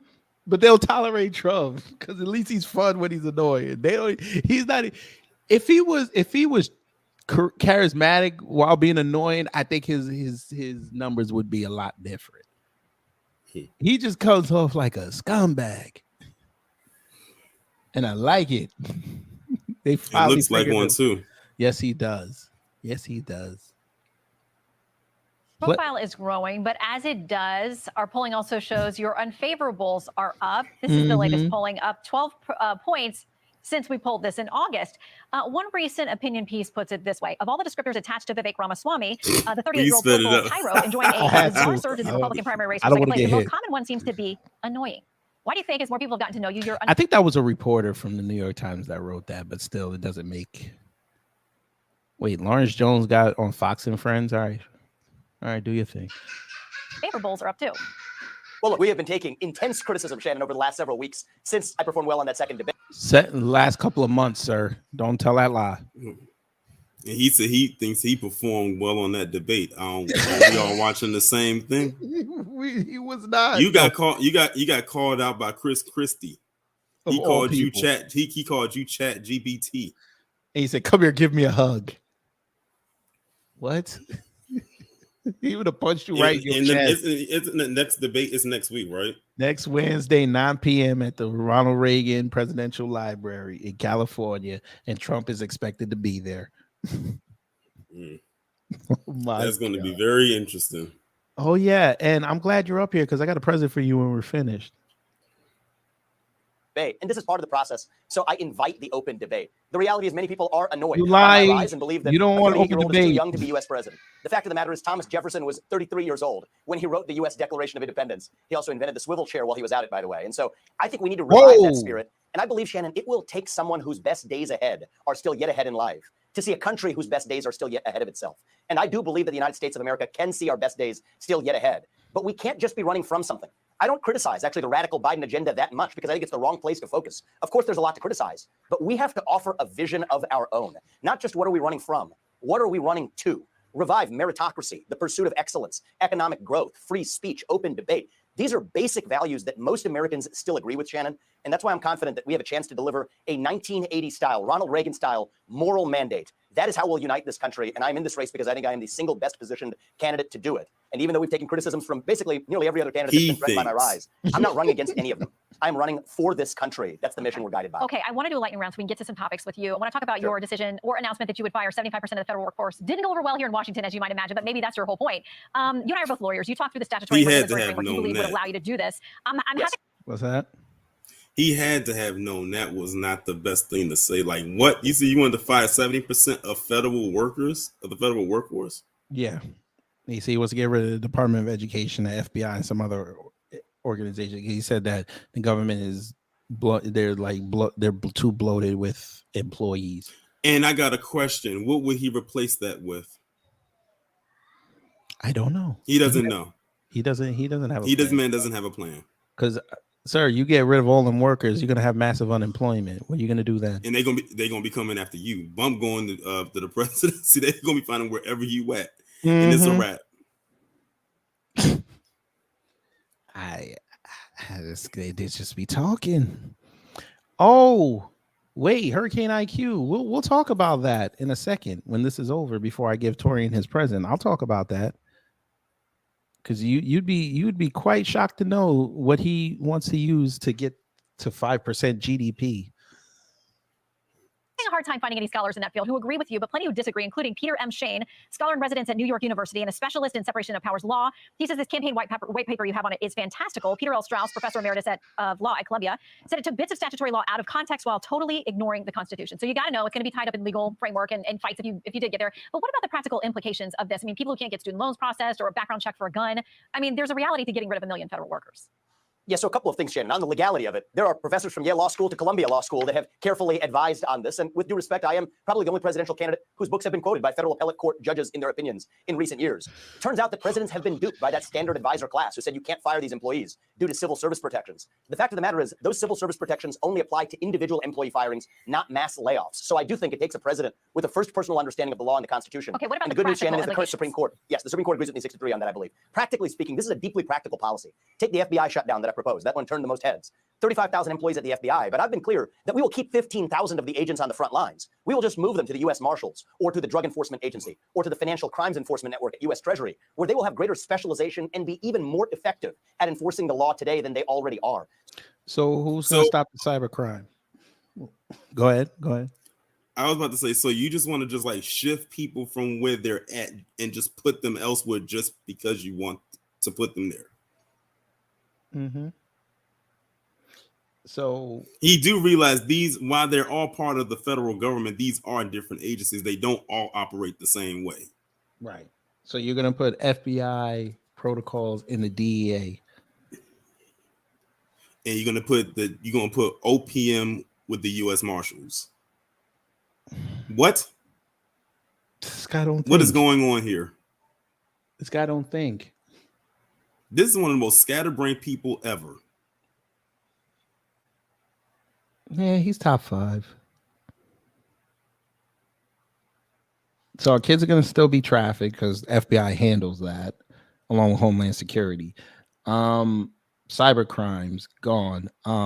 He does realize if he shuts down the FBI, you're going to take away a major weapon that the ATF uses when going after these drug kingpins and the cartels and shit, right? Yeah, he probably thought this out. We'll give him the benefit of doubt that he thought this out. So this is deeply practical, both for effectiveness as well as for reduction of cost and competitiveness. Department of Education, same thing. That $80 billion, put it in the hands of families. This will stimulate our economy.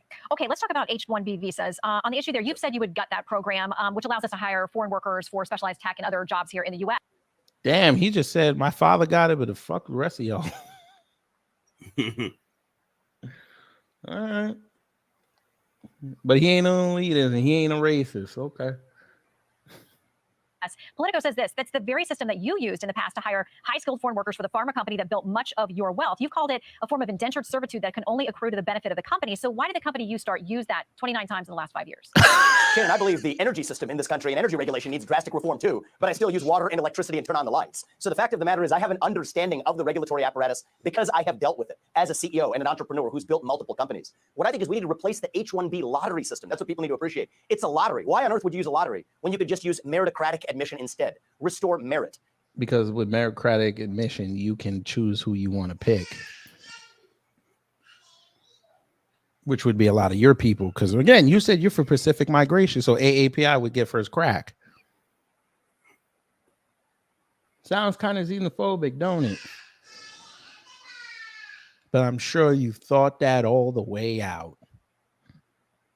There's also lobbying-based provisions where companies who sponsor somebody, that H-1B immigrant cannot work for a different company unless they actually have a whole bureaucratic process to go through. We have to gut that system, restore meritocratic immigration, which is skills, not just tech skills, but all kinds of skills to match the needs we have in this country, but also civic commitments to this country. Take the citizenship test on the back end. I say move it to the front end even to get a visa. So yes, Shannon, I come from a place of understanding, and I've played within the rules that have been given to us by the government. But part of my job as U.S. president is to reform those rules to help all Americans. And I won't apologize for restoring merit and debureaucratizing that legal immigration process. Okay, I do truly want to try to do some lightning round of foreign policy because it's where you seem to be having to make the most clarifications. Let's talk about Taiwan. Business Insider has this headline. GOP presidential hopeful says he would let China invade Taiwan so long as the U.S. has got enough semiconductors. You've talked about us being independent on that front, and at some point that would dial back our commitment to defend Taiwan. Is that the message we want to send to China?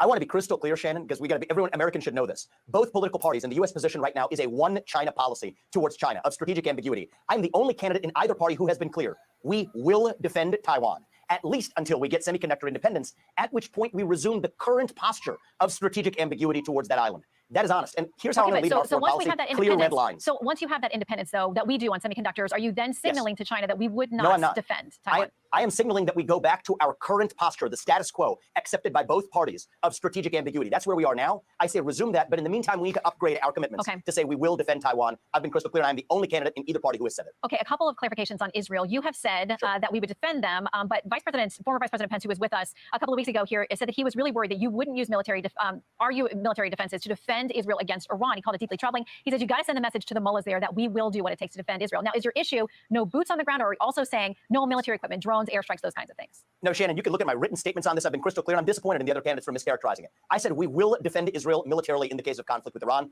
but we would not want to put boots on the ground. And any other candidate who disagrees with that position, I challenge them to be clear about how many American men and women, our sons and daughters, would they send to die in another war in the Middle East. I have heard crickets in response to that question. But the reality is we will defend militarily. That's different than boots on the ground. And even Israel, the staunchest Israel advocates in Israel, do not have expectations of American men and women putting boots on the ground to invade another country. And I know you said on the issue of aid, we would only withdraw U.S. aid from Israel once they tell us they no longer need it. I can't imagine any country telling us they don't need U.S. aid, but I understand that's your line.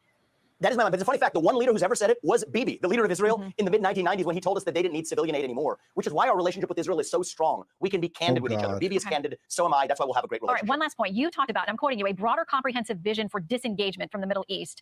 Do you worry about a vacuum that would create, the message that it sends there to very bad actors in the neighborhood where Israel lives who talk about, wiping that country off the map? What is this idea of disengaging, or the U.S. disengaging from the Middle East? Well, this is my whole foreign policy vision, is the number one threat we face is communist China. So realistically speaking, and I'm a realist when it comes to foreign policy, we have to direct our attention there, not to the USSR, which doesn't exist anymore. And I think compared to the Middle East, communist China is a top priority for the U.S. to defend against. That's why our alliance with Israel is particularly important, because we have to have a stable partner that ensures stability in the Middle East. That's why I want to lead Israel into Abraham Accords 2.0. And so I'm a realist when it comes to foreign policy. Assert American interests, but keep your eye on the real. So let's give Israel more money so Jinsa policies can be put over here even more. Okay. Sure, my guy. What do you think about that? We're going to tear him apart on Wednesday. Next Wednesday, yes, sir. Maxwell Jenkins, thank you for the $2. The FBI polices the USA and the world how? Bombs. But Hurricane IQ, you wanted to know his 5% GDP plan. I put a link for a Twitter space that I did about him, and somebody that he went to talk to their campaign, how to move. Torian, would you like to know what of his initiatives are going to be to raise the GDP to 5%? What's that? He wants to bring toys over from China. Toys. He wants to restart the toy industry. He wants us to be Toys R Us kids again. Oh, that's what I'm going to say. Like, we try to bring Toys R Us back? Yes, he wants us to be Toys R Us kids again. Toys. Okay, that was so random. Very random. I couldn't believe it when the dude told me. Toys. Because that's going to really just drive up. People are really out here buying toys for their kids at that rate that they used to. Toys. From China, of all places. But he hates China. Even though this man literally started one of his offshoots of his company in China. But all right.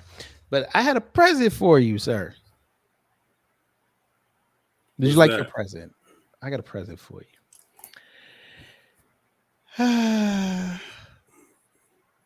You're gonna be mad at me, but I'll take that. I'll take that. Somebody was talking this morning.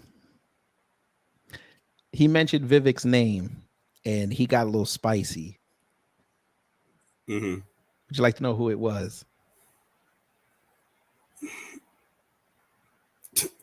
I could throw probably a whole bunch of guesses, but I probably won't even get it right. Oh, you know what?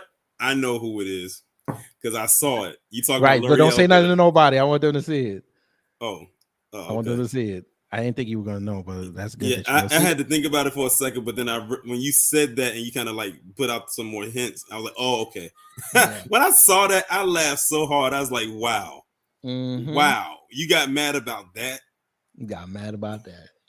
Well, we'll see if it's the same thing, but family, I'm gonna give you a present before we go. Here we go. This is way over the edge. Like we it's not even over the edge. We died already. This is beyond the event horizon. Like we about to hit the vortex. Yeah, we about to hit the vortex. Yeah.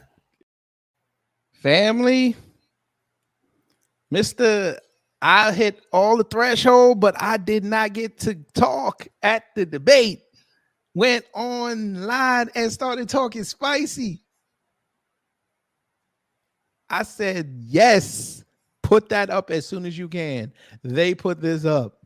We're going to listen to this. Wow. Larry Elder spoke about the debates and Vivek. What is this? That says 54 minutes? We're not going to play the whole thing. I'm not going to do that to you. I just want to get to the part where he started talking spicy about Vivek. But let's go. Damn, that music's horrible. In her car, and there was a dump truck driver that was in front of her. Why is it so low? And she said to the dump truck driver, I don't care. Destroy a woman's life. They plot to kidnap Michigan's Democratic Governor Greg. Where is it? This is AOC. I don't care. I think in some European countries, it's illegal. Oh, he didn't come until later. If you're under, yeah, I think so. I think in some European countries, it's illegal to get the vaccine if you're under 30. They won't even let you 6. Where is it? All right, last one. LA County. If you saw something, I think it was like only Mike was not allowed. Here we go.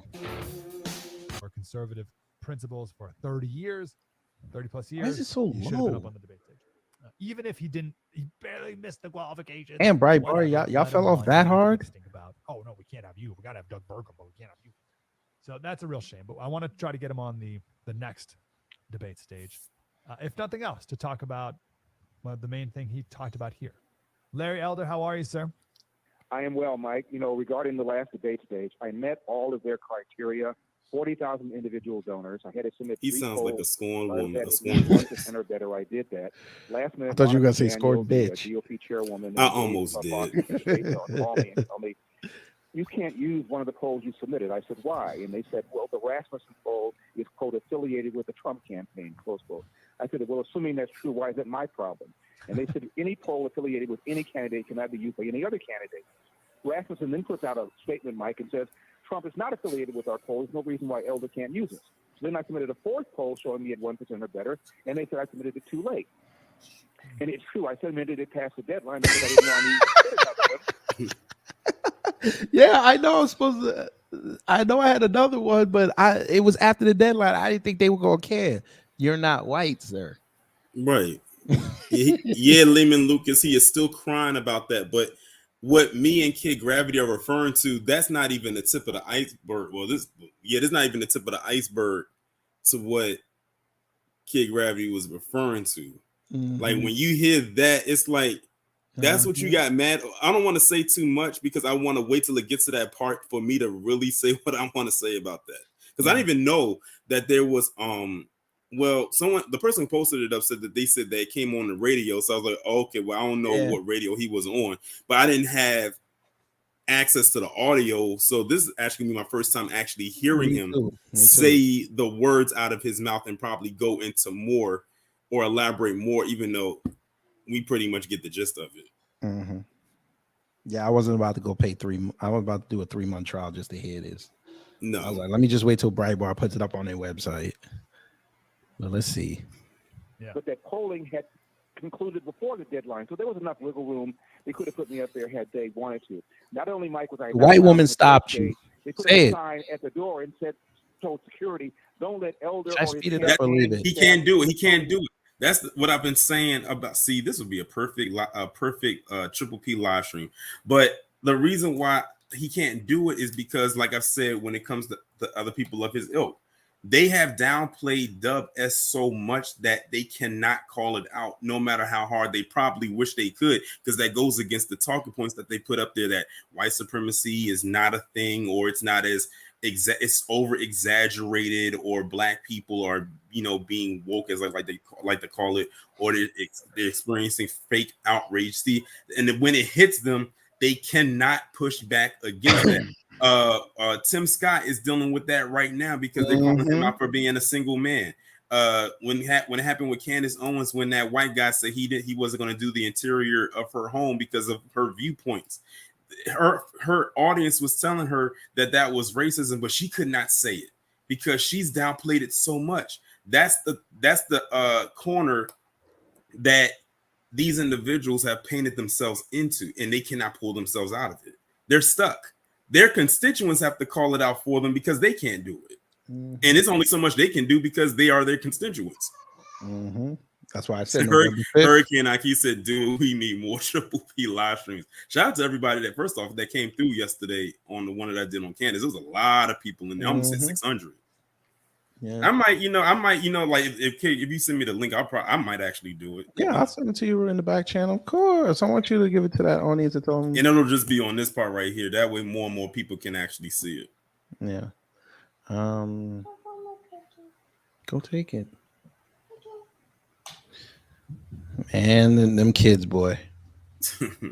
Them kids. Oh, wait, you're not on. Oh, here we go. Yeah. Yeah, it started at the 27th minute. Okay. I put it in the back channel.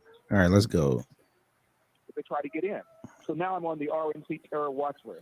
So I found Breitbart, how you not have enough money to get your audio up?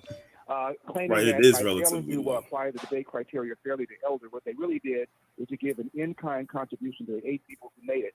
And my lawyer is a former chair of the FEC, and we threatened we're going to file a complaint if by 2 o'clock on the debate day they can change their mind. They didn't, so now we filed that complaint. But in the meantime, my goal is still made to money. make sure that I meet the criteria for the next debate, which is here in California on the 27th. I've got to get 3% in 3 different polls. And to that end, we launched a massive media buy about 72 hours ago. You want to see that? And I'm urging people Was to go that? to LarryElder.com. It's commercial. Throw something in the tip jar. Give me Not really. I feel like I'm going to. I feel like I'll send you the flame link. up. We could probably slip it into your thing. Hey, Mike. When Mike Slater says Elder jump, Elder says how high and does not come down until Mike Slater tells me to. That's and how early? How early do I have to get up? I appreciate that, Mr. Elder. So let me one last thing about the past, then we'll get to the future. I'm here on Newsweek, esteemed Newsweek. Larry Elder admitted he was 2,000 unique donors shy of the 40,000 needed to qualify. That is flat out untrue. I met the 40,000 individual donors in order to. So it's untrue when you talk to the white people, but when you come around us, it's BS. All right.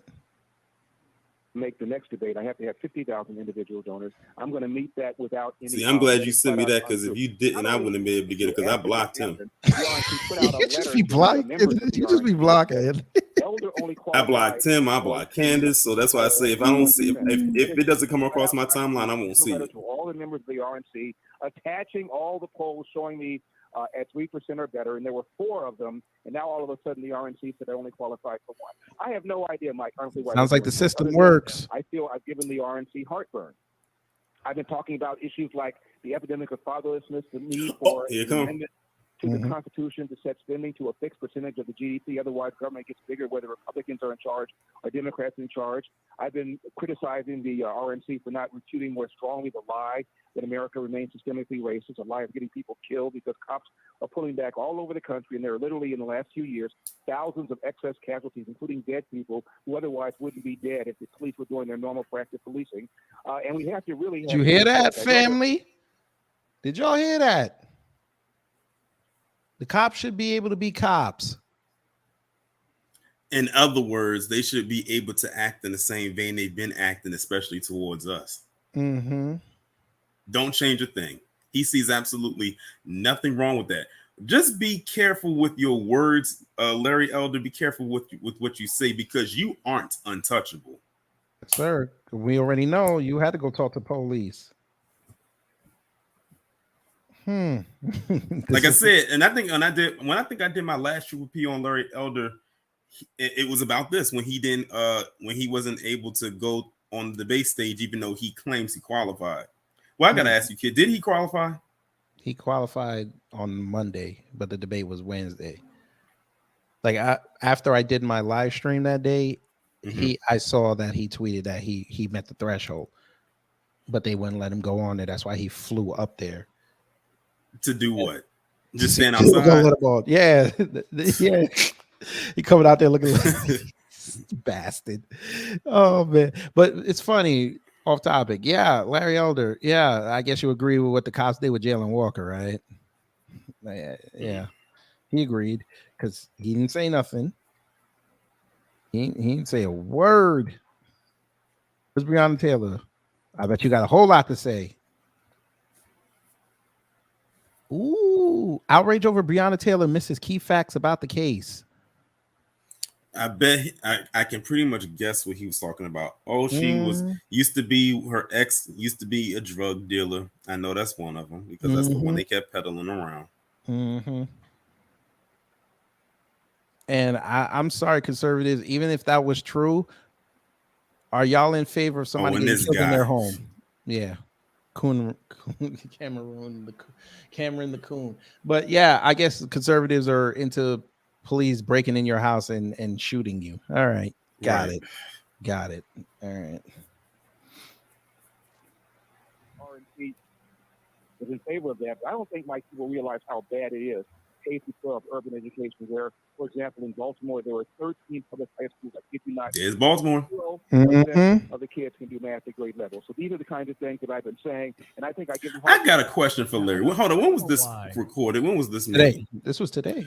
Oh, good. Larry, what is your take on what's going on with the south of the Bordarians and the crime rate that's going up in New York right now? Or better yet, since y'all like to bring up Chicago, why don't y'all bring up what's going on in Chicago? Did you hear about what recently happened up there where you had that person from Cicero attack that man with that stick? With the machete? Not the machete. It was with a stick. It was him and a teenager. Yeah. I did say, It happened over the weekend, as a matter of fact. I think it happened Saturday. I thought that I heard, but the other thing I was talking about was where that dude was running around with the machete, hitting people with it at the I didn't hear about that. Yeah, it was at the Mexican Independence Day parade up there in Chicago. That was recent? That was yesterday. Yesterday or Saturday. I gotta look into that. Yeah, so it's up. Yeah, the videos are up there. It's crazy. He just started smacking people with that machete. Yeah, but yeah, Larry. It's always Baltimore, always Chicago. How many years have you been in this game? How many decades have you been in the game? How many days were you been cooning? I've been talking about, reading about these kinds of things for over 30 years, almost 40 years. I've written about 1,200 newspaper columns, best-selling author, been on radio and TV for almost 30 years. He's running down his. He's rolling Martin right now. Why it is I'm being treated this way is beyond me. Yeah, if so- I were Al Sharpton, I'd play the race card. Yeah. 30 plus years of tried and true, on point, unblemished, conservative record.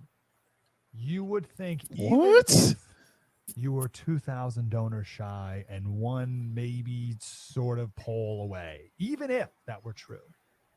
He put all that skin in the game and people still didn't give money. How shocking. I just realized something with what you was talking about with what happened with that Mexican Independence Day parade attack or whatever you want to call it. Mm-hmm. If this was a black person and it was something around Chicago, it would have been everywhere. Oh, yes.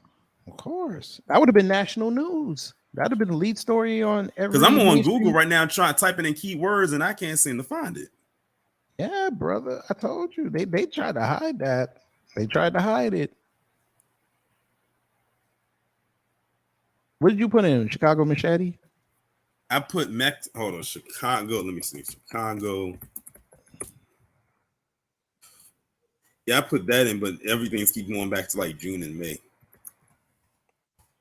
Hey, send this to Afro when you get a chance. I mean, I'll send it to him too, but I just want you, as I play this back, peep the headline. Headline.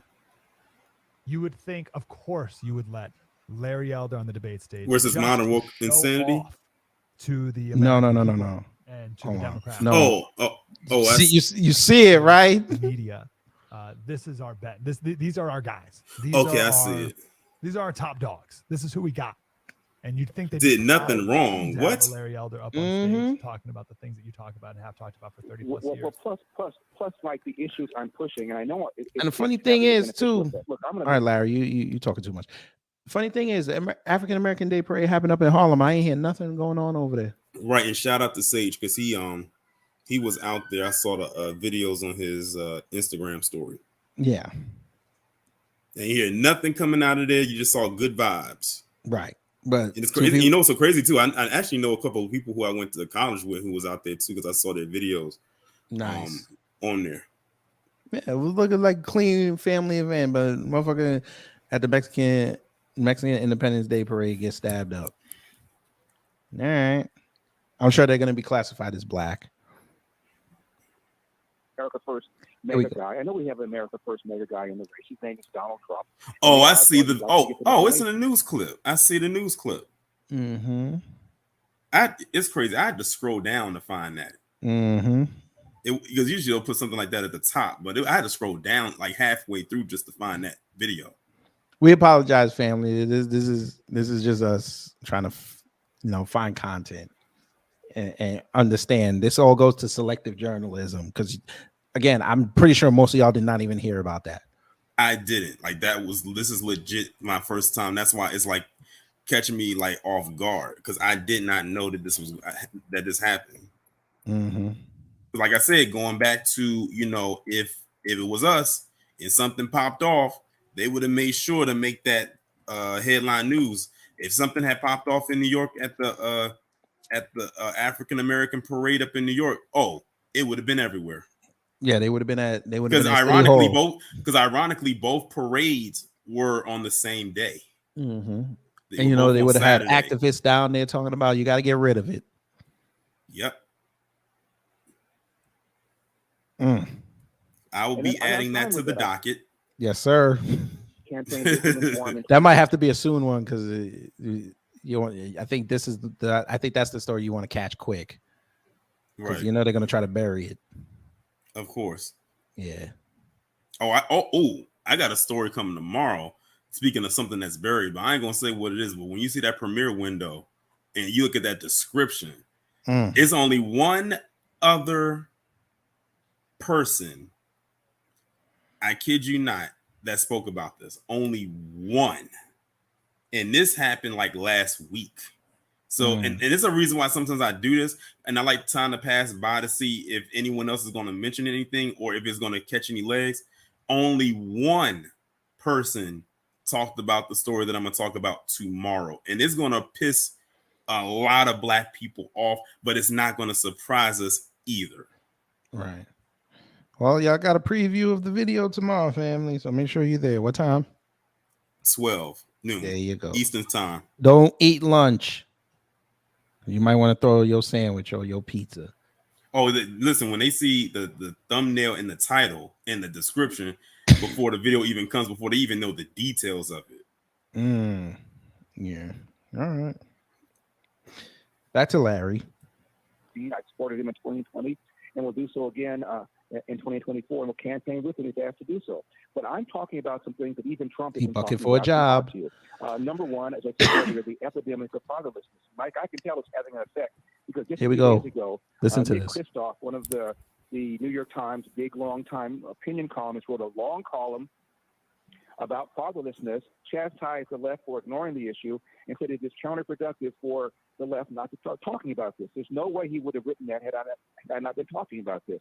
And at the debate where I wasn't present, Vivek Ramaswamy even said something about, quote, the epidemic of fatherlessness, close quote. Now, I've been on the same stage with Vivek many times in Iowa and New Hampshire. I've heard his stump speech over and over and over again, Mike. He has never once mentioned it, but he did mention it in Milwaukee.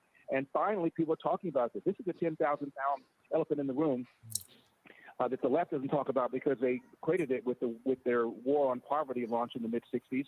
And since then, we've incentivized women to marry the government and incentivized men to abandon the financial and moral responsibility. It is particularly acute in the Black community, where 70% of Black kids now enter the world without a father in the home, married to the mother, up from 25% back in 1965. Now, our side doesn't talk about it for fear that we'll be called systemically racist, or if you're Black, you'll be called, as I was called by the LA Times, the black face of white supremacy.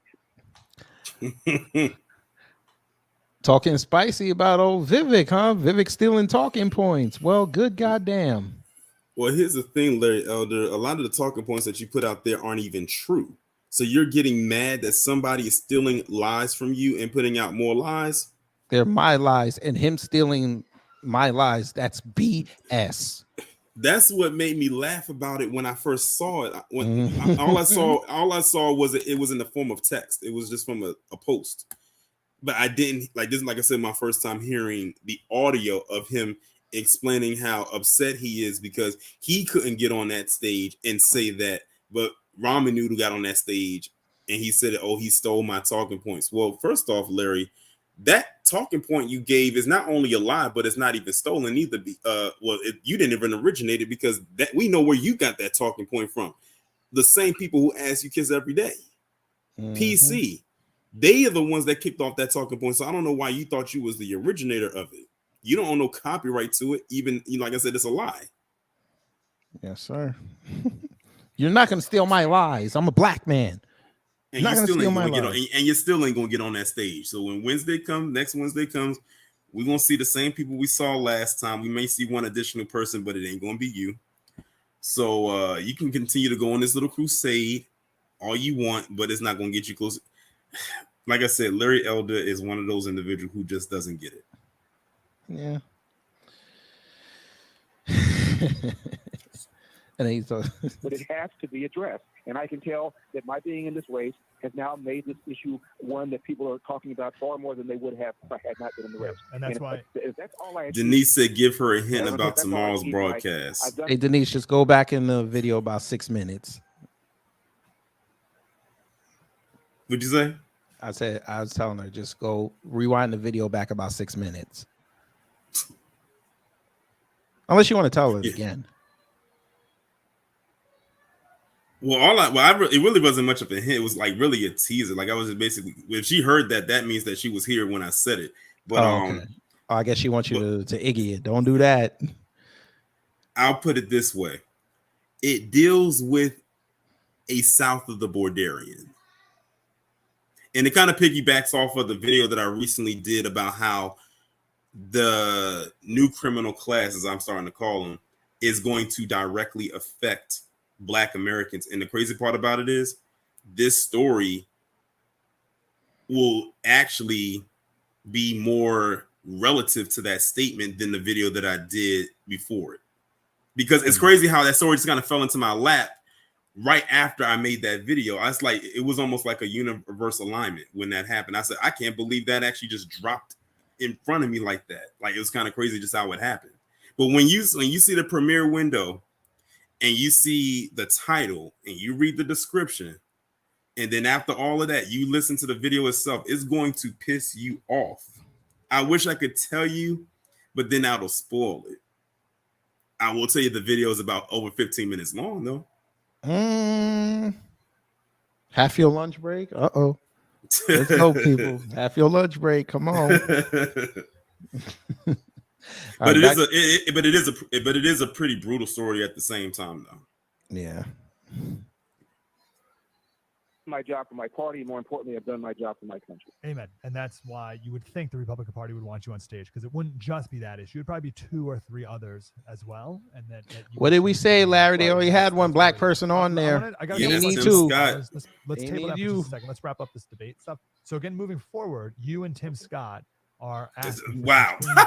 Just mentioned his name too. Just brought him up. Now, I just want to be clear. I despise these debates with a passion. I think they're Bullshit. You embarrassing divide. for That's our country, content. quite frankly. I think just the format, the whole thing is we should be insulted that this is what the process is. But alas, it is. So what are some changes that you are in favor of? Well, in the case of Tim Scott, he's asking the RNC, from what I can tell, to change their debate criteria. He wants them to focus more on the polls in the early primary states like New Hampshire, Iowa, Nevada, South Carolina. I'm not asking that. I'm just asking you to be fair and apply the criteria fairly to me. I met the criteria. The last minute you claimed that the poll, Rasmussen can't be used because it's affiliated with Trump, and Rasmussen took out. Listen, all it boils down to is Larry Elder want to be the magical Negro in the room. Okay, they already got one, and they already got one. That's Tim Scott. And he has a better smile. Saying is change the. He shows more teeth. I'm not asking for that at Who, all. Larry Elder? No, Tim Scott, beaver teeth. He be showing teeth and gums. Teeth and gums. President doesn't mean you demand a spot on the debate stage. I get that you have to have some criteria to make sure that the candidates are legitimate. I ran for governor, for crying out loud. I got 3.5 million votes. Oh my God. Crying. I raised $27 million in 7 or 8 weeks. Now you running down your resume. I tell you, he rolling more to the right. Yeah, this is probably going to be my next live show. You got to do it. I don't know what day I'm gonna do it. I might save it for the weekend. That's what I was saying. I might save it for Saturday. Yeah, do it on Saturday. Well, you got to figure out how to download it so you could raise the volume. All these issues. So as far as I'm concerned, my complaint is you're going to have criteria. Let me see. Maybe I could do it. Let me see. Including Larry Elder. That's all I'm saying. Let me paste it. They usually have sites on here I can download. Yeah, they usually do, because I use site when I want to download like YouTube videos that I just go to and download it. And same thing with Twitter has a site as well. It's one thing. You expect that because the media is hostile to conservatives, especially if you're Black, because we undermine the whole narrative. Oh, Larry, now you know what race is. It's amazing. They know what race is when it affects them, but when it's everybody else, why you keep talking about that woke stuff? Hey, give me your email. I think I got it for you. Major problem in America. I accused Barack Obama. I put it in the private chat. Of playing the race card for 8 years, so that when he entered office, Blacks and whites thought race relations would improve. When he left, both Blacks and whites thought they got worse because he did 8 years of aside his son. He looked like Trayvon. The Cambridge police acted stupidly, embracing Black Lives Matter, having House Sharper in the White House over 70 times, having an AG, Eric Holder, who accused people of supporting voter ID of being perniciously racist, close quote. Obama even said that racism is in America's DNA. He played race card after race card after race card. Along comes Elder, and I expose that. Here comes and that's Elder. why I am a target. By the media. Super Cone. LarryElder.com, is that the website? This motherfucker, boy.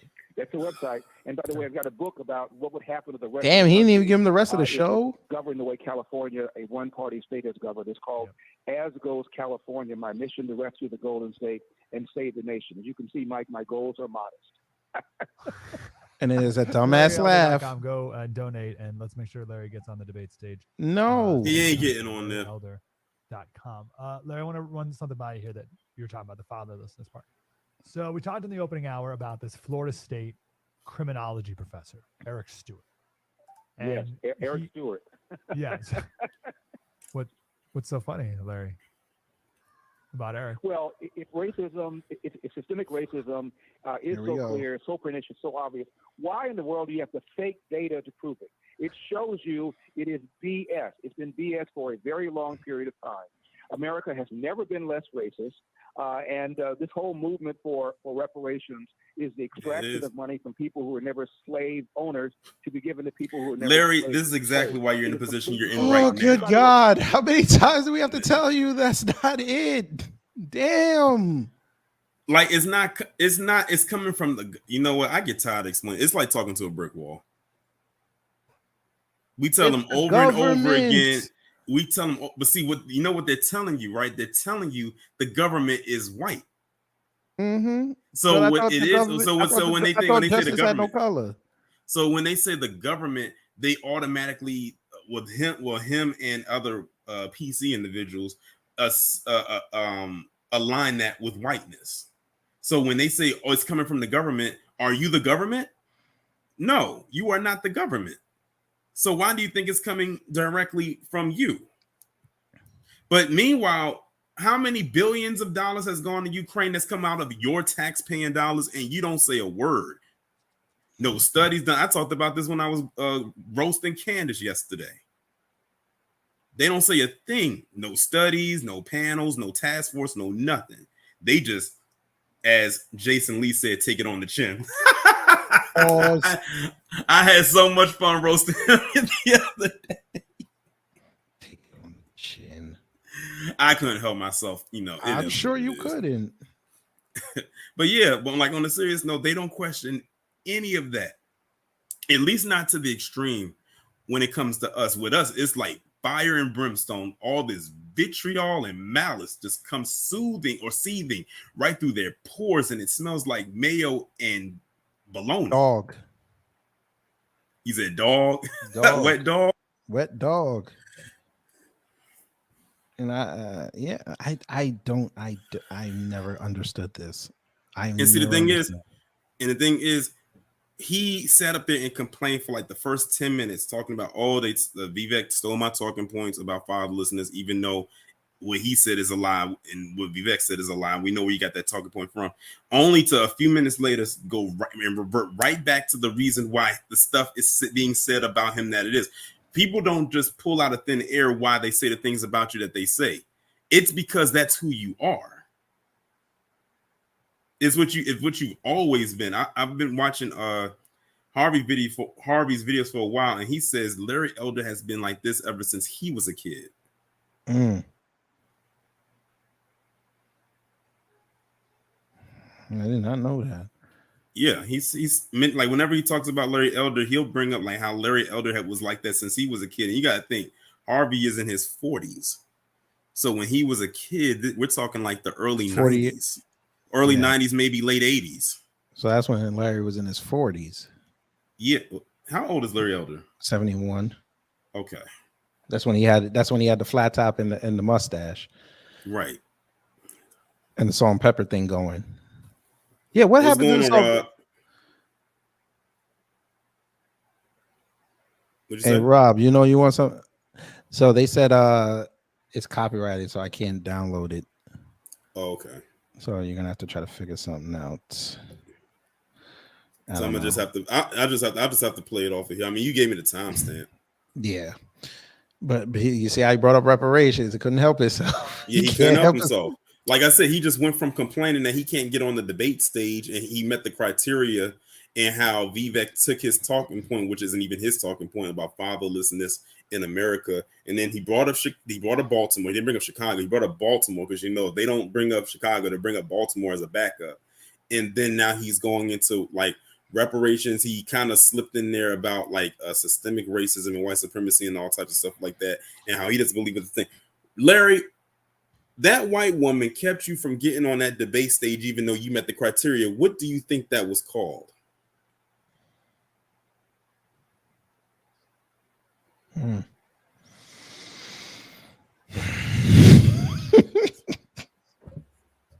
I'm telling you, brain dead, brainless.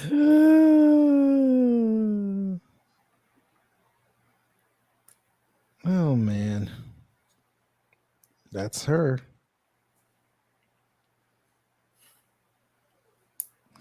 It's okay. We got a little bit more.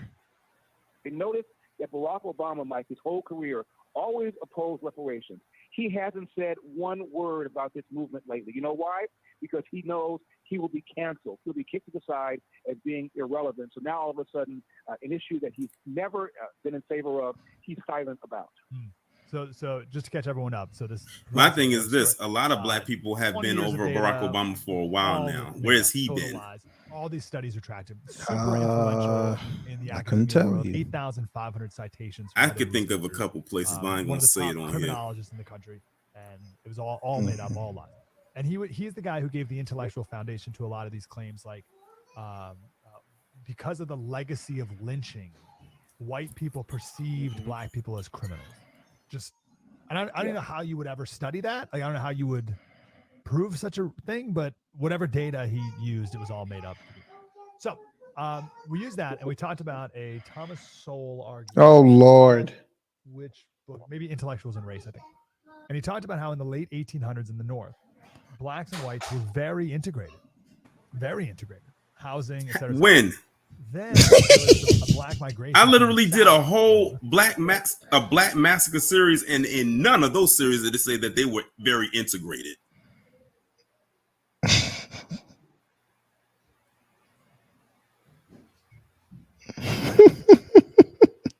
He just be talking. I'm telling you, that's that revisionist history. Yes, sir. He just be talking. Which book? Maybe Intellectuals and Race, I think. And he talked about how in the late 1800s in the North, blacks and whites were very integrated, housing, etc., etc. Then there was a black migration from the South up north, and I guess he forgot about the plantations they had up north, right? Especially on Long Island. Yeah, because apparently all of slavery was just in the South, right? I don't get that. That would be a good documentary. Oh, Talk about slavery in the North. They can't do that because remember the North is supposed to be the most tolerant. Yeah, right. You don't believe the it? most covert.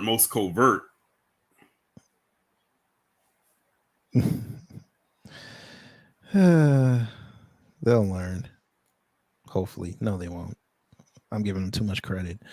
This actually is good content, though. It is. It is.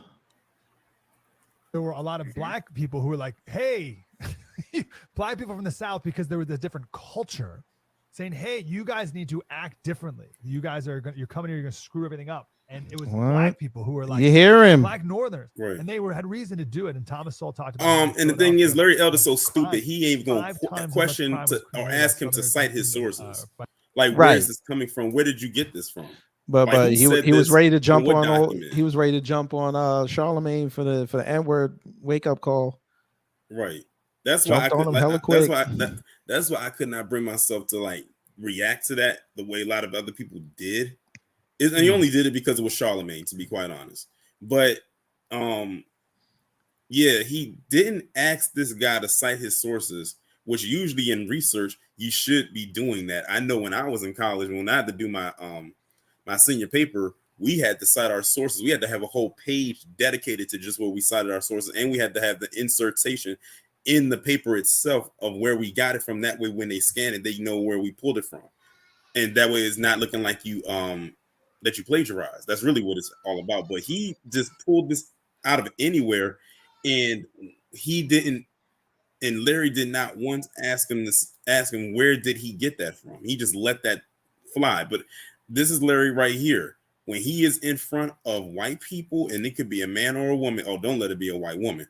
Then he's gonna say everything. What is it that was it TBA says that something about if you put a black person in front of a white person, Yeah, he's like, if you want to really know what a black person thinks, put them in front of a white of a white person and let them ask the question. Exactly, and that's exactly what he's doing right here.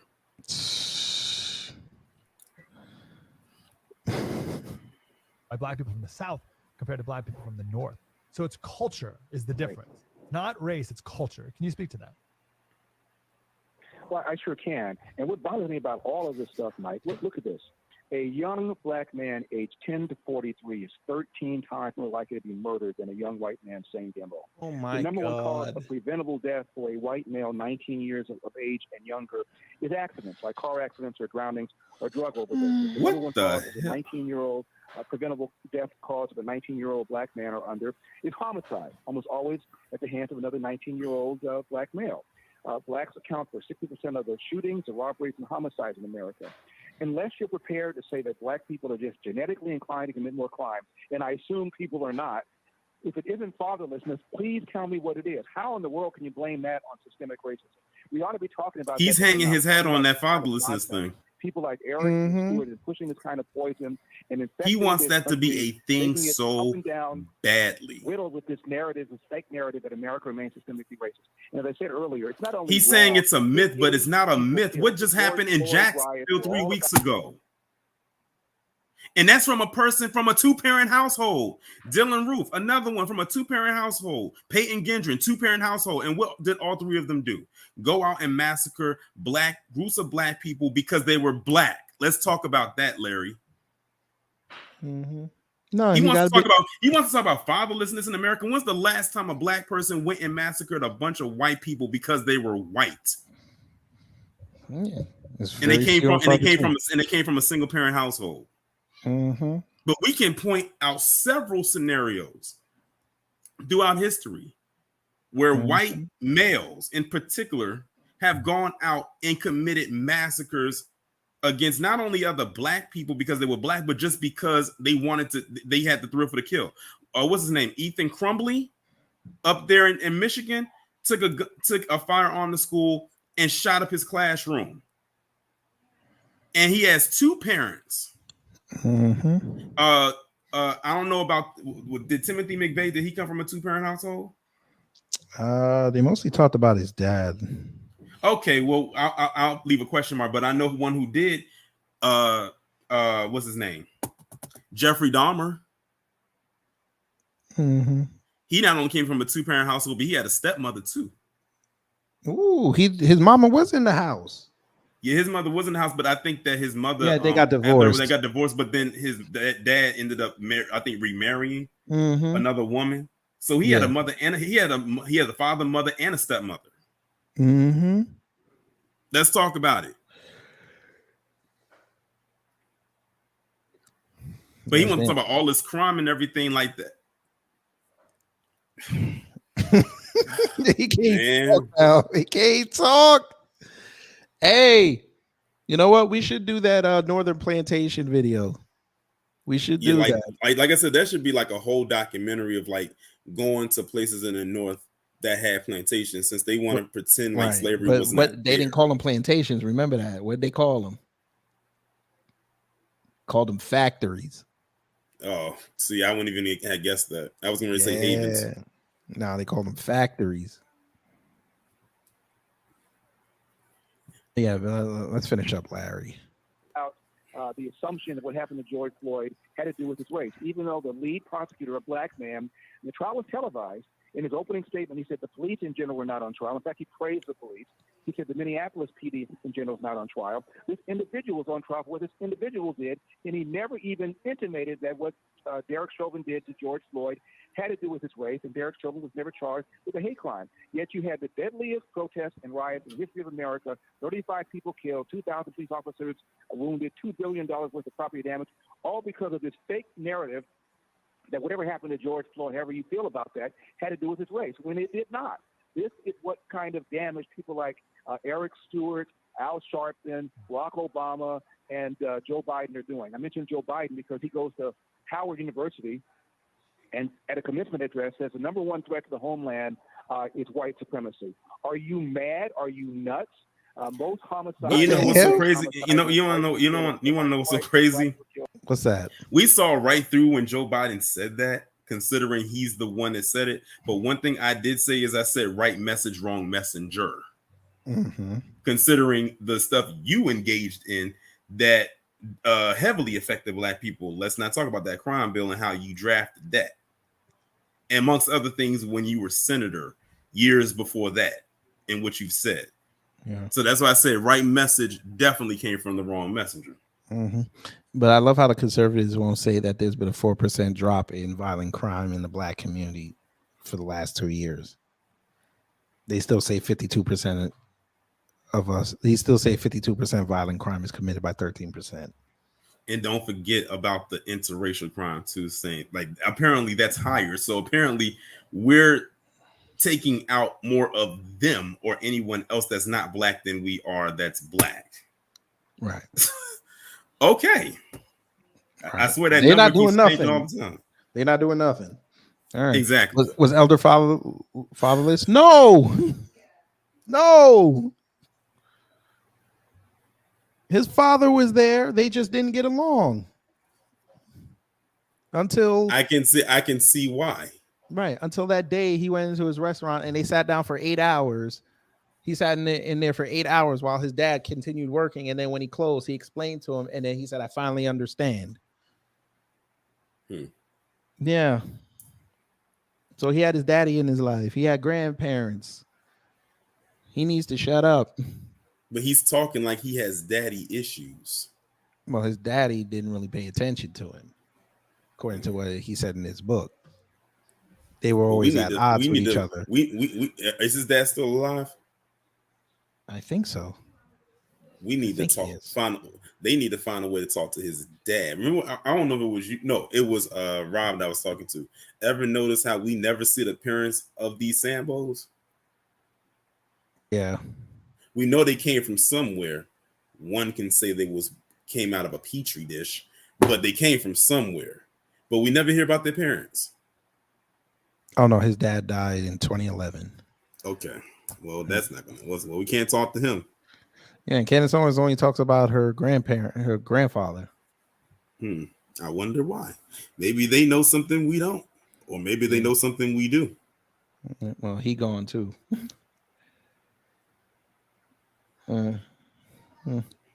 Like her YouTube channel, but back to the audio. Are killed by other Blacks, but every year, Mike, there are a handful of interracial Black-white homicides. Twice as many. What? Run that back. Run that back. The other way around. And if Donald Trump, Al Sharpton, 2,000 police officers wounded, $2 billion worth of property damage, all because of this fake narrative that whatever happened to George Floyd, however you feel about that, had to do with his race, when it did not. This is what kind of damage people like Eric Stewart, Al Sharpton, Barack Obama, and Joe Biden are doing. You cocksuckers didn't talk about Tony Tempe. He died in almost the same manner. Who? Tony Tempe. It was back in like 2018 out in I think it was Texas. He got stopped and they put the knee on his back and they killed him. Police. They buried that story. But George Floyd got amplified all over the place.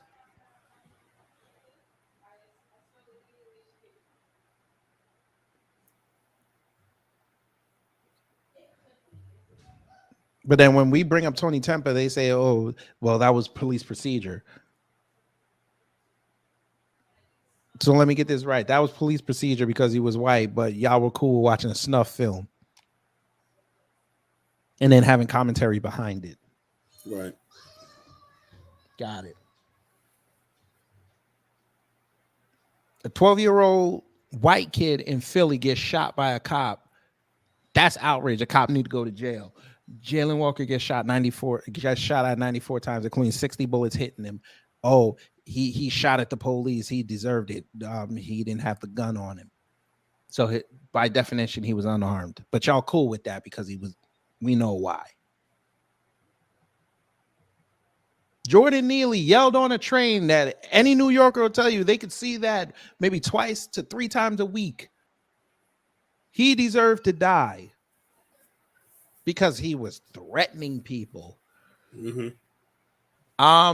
Terrorists threaten this country every day, and your president just gave them $6 billion in a duffel bag to go back home with. Full economic cost was almost $16 billion. But they're also on the world stage a nuclear threat. But yeah, we're people who don't even belong here get a plane ride home, probably some of the best looking stewardesses, and they are treated like kings. But when we talk about the systemic injustices that go on with us and them cops, oh, you guys should just follow the law. Okay, we have followed the law.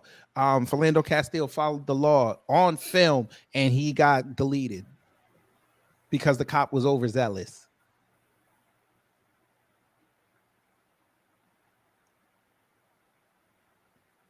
Charles L. Williams on his property was cooperating with the cops, got somewhere with the black cop. White bitch cop comes, starts up, and then they end up in the shootout. And he was complying. Got it. Okay, Larry. Did you comply when you had to go speak to police that your ex-fiance said you put hands on her and the alleged gun? Did you not comply? Was it wrong then? Because I noticed you didn't say nothing about that incident. All you said was it wasn't true. Yet there's a police report and a restraining order. Right, okay. Got it. Got it. All right, keep talking. I mentioned Joe Biden because he goes to Howard University and at a commencement address says the number one threat to the homeland is white supremacy. Are you mad? Are you nuts? Most homicide is same-race homicide. Most whites who are killed by other whites. Most blacks who are killed by other blacks. But every year, Mike, there are a handful. What did he just say? He said he mentioned the interracial conflict. He just said when intraracial, yeah, intraracial. But now he's going to switch it to interracial and say that black people are killing more white people and white people are killing black people. If that was the case, they will be on an even bigger decline than they already are now due to low birth rates. And trust and believe the government would be taking steps to eradicate that. Oh, yeah. The National Guard would be out there every night. Thank you. Every day. In every black neighborhood. In every black neighborhood. Making liberal white people scared. Yeah, so he's just talking a bunch of nonsense right now. I mean, again, nothing Larry Elder says is original because we've heard it from white people. What he just said there, I've heard it from them before he even said it. So we know where you get those talking points from, Larry. If you want to really question why he probably wasn't on that stage, it's probably because they know that you're not going to get up there and say anything, not anything relevant, but anything original. Not saying that any of them said anything original, but you're just not appealing. You have no charisma at all. You have no personality. Are you calling him a charisma vacuum? This man has the personality of a dial tone. Damn, dial tones have personality. Just one single note. That's it. So he's a charisma vacuum. Pretty much. He's charisma-less. Yes, I know that's not a word. I just made it up on the fly. Charisma-less is not a word? I did not know this. Let's see. It is. I don't know if it is or if it is. I surprised myself. It is a word. Oh wow! I didn't know. I kid you not. I just said it. I didn't know it was a word. Yeah, but yeah. Hey, Larry Elder. Here you go for your personal edification, sir. What is that? Albuquerque, New Mexico. Ain't a whole bunch of black people down there, sir. I'll give you Memphis. Anchorage, Alaska. Ain't too many black people there. Bakersfield, California. I'm pretty sure there's not a lot of black people there. Little Rock. This is the South, maybe. Chattanooga, maybe. Corpus Christi. Damn sure ain't full of black people. That's South Texas. That's almost at the border. Tulsa, okay, we'll give you that. Columbia, South Carolina, we'll give you that. Kalamazoo, Michigan, we will give you that. Salt Lake City, no. Rockford, Illinois, Stockton, yes. Greensboro, okay. Denver, it's a big city. We'll get you that. Houston, There's a lot more Latinos and whites down there, but all right. Kansas City, okay, we'll get you that. Fresno, no way. Milwaukee, sure. You only probably focused on North Milwaukee. Fine. Oklahoma City, sure. San Francisco, not even close. South Bend, Indiana, no way. Greenville, South Carolina, okay, we may get you that. St. Louis, all right. Flint, Michigan, cool. Sir, where's all this crime that we're doing?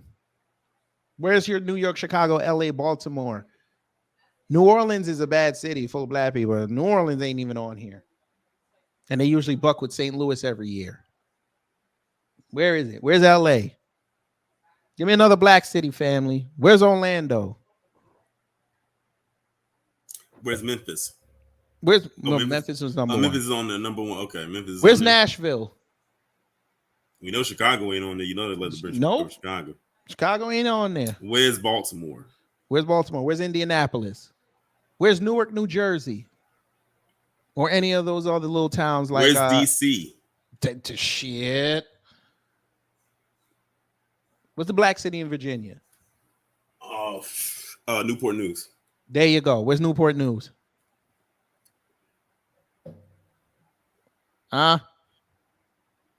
Where's Philly?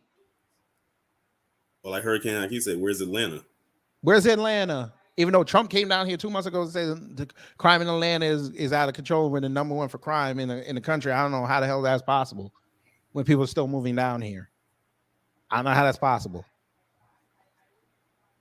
I don't think white people are going to move to a city where there's so much crime. I'm just saying. Give me another one. Where's Cleveland? Where's Cincinnati? Where's Buffalo? Buffalo got a whole bunch of black people there. Where's Buffalo? Where's Boston?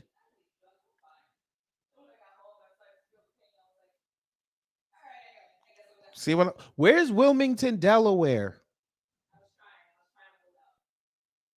Yeah, but you want to worry about black crime so much. Charlotte, thank you. Where's Richmond, Savannah, Norfolk?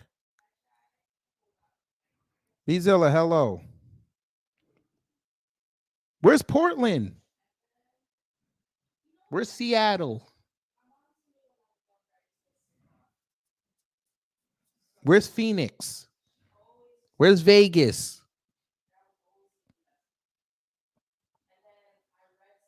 Come on now. Where's Minneapolis? And they got a whole bunch of Somali. Well, do Somalis count themselves black? Before I say that, Torian. Wait, say that again. I was muted. Does Minneapolis, do them Somalis consider themselves black? Well, if they didn't consider themselves black before what happened with Muhammad Noor, then I don't know. All right. Because you know you know what happened with Muhammad Noor, and he's Somali American, and they definitely treated him like a nigga. Mm-hmm. Why is Minneapolis not on there? They've been having all that bullshit happen since the scamdemic. I just named off a whole bunch of cities, and they're not even on this list. So where black people committing all these crimes, sir?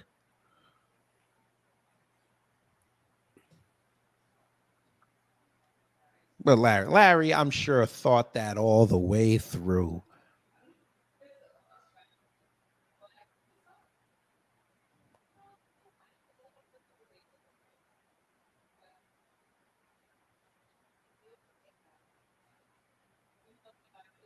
What'd he say?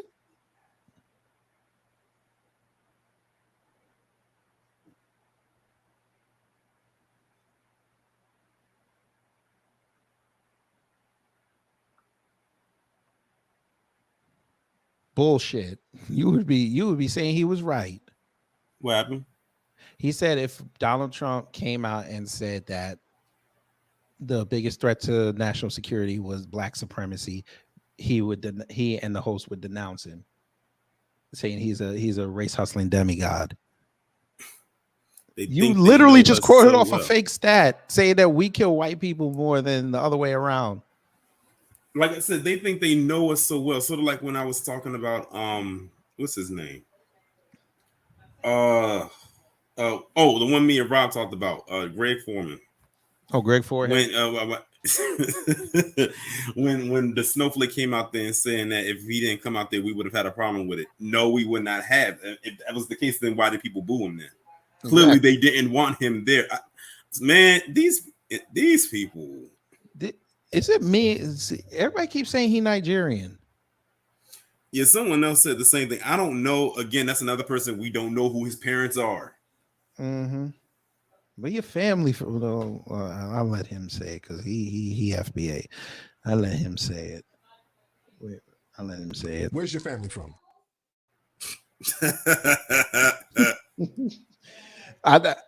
It's like 3 people told me he Nigerian. I need proof before I even say that because once I get the proof, then it'll make sense. It'll definitely make sense. But Greg Forehead, whatever, fucking. What video you think he gonna drop today? The 4th one or the 5th one? He does like 5 a day. I don't know. That's what I'm saying. You think he's on 4 or 5 right now? Probably. Shoot. Oh, I found the topic that I can talk about outside of what we talking about. Cool. Save that. Tim Ballard. Oh no. You know who that is? Uh-huh. Why? Sound of Freedom. Yeah. Why? You gonna do this? Be careful. Be careful what you say in there. Be careful because they don't like that. I'll mask it. It says Tim Ballard's departure from Operation Underground Railroad followed SM investigation. Mm-hmm. Oh, you already seen this? I heard about it last week. I heard rumblings of it. And just think, they hyped, and you know who they are, hyped the hell out of that movie this summer, talking about, it's pushing like back against the woke this and woke that. Meanwhile, look at the person that they were pushing. Mm-hmm. I swear, that's why you say the they white always voter do base that. I swear that's why you said the white voter base is going to do us all, boy. We in trouble, bro. Oh man, they going along with the coffee venereal disease again. That when I was talking about Brandon Johnson, I didn't even want to show that site because they had a big ass banner right there talking about it. Boy, we in trouble. And it's getting colder, so it's going to get even worse. That's all right though. Let me finish up, Larry, and get up out of here. He says it and gets a pass. On the fatherlessness, yesterday, Uh-huh. my oldest son is 7, about to turn 7. Okay. And he got very frustrated at something. Very frustrated. And he didn't. You could see it in his body, his whole body. He got like tense, like he didn't know how to express this frustration he had about something, like a toy he wanted. I forget what it was, but he was so angry. It's just pouring inside of him, right? And like, of course, I was like, son, and we hugged and we talked and we. Like when he gets frustrated, the thing that helps him the most is when he plays with his 10-month-old brother. And it's like, hey, let's play with Jamie for a little bit. And then we hugged and we talked it out, we figured it out, and we worked through it, right?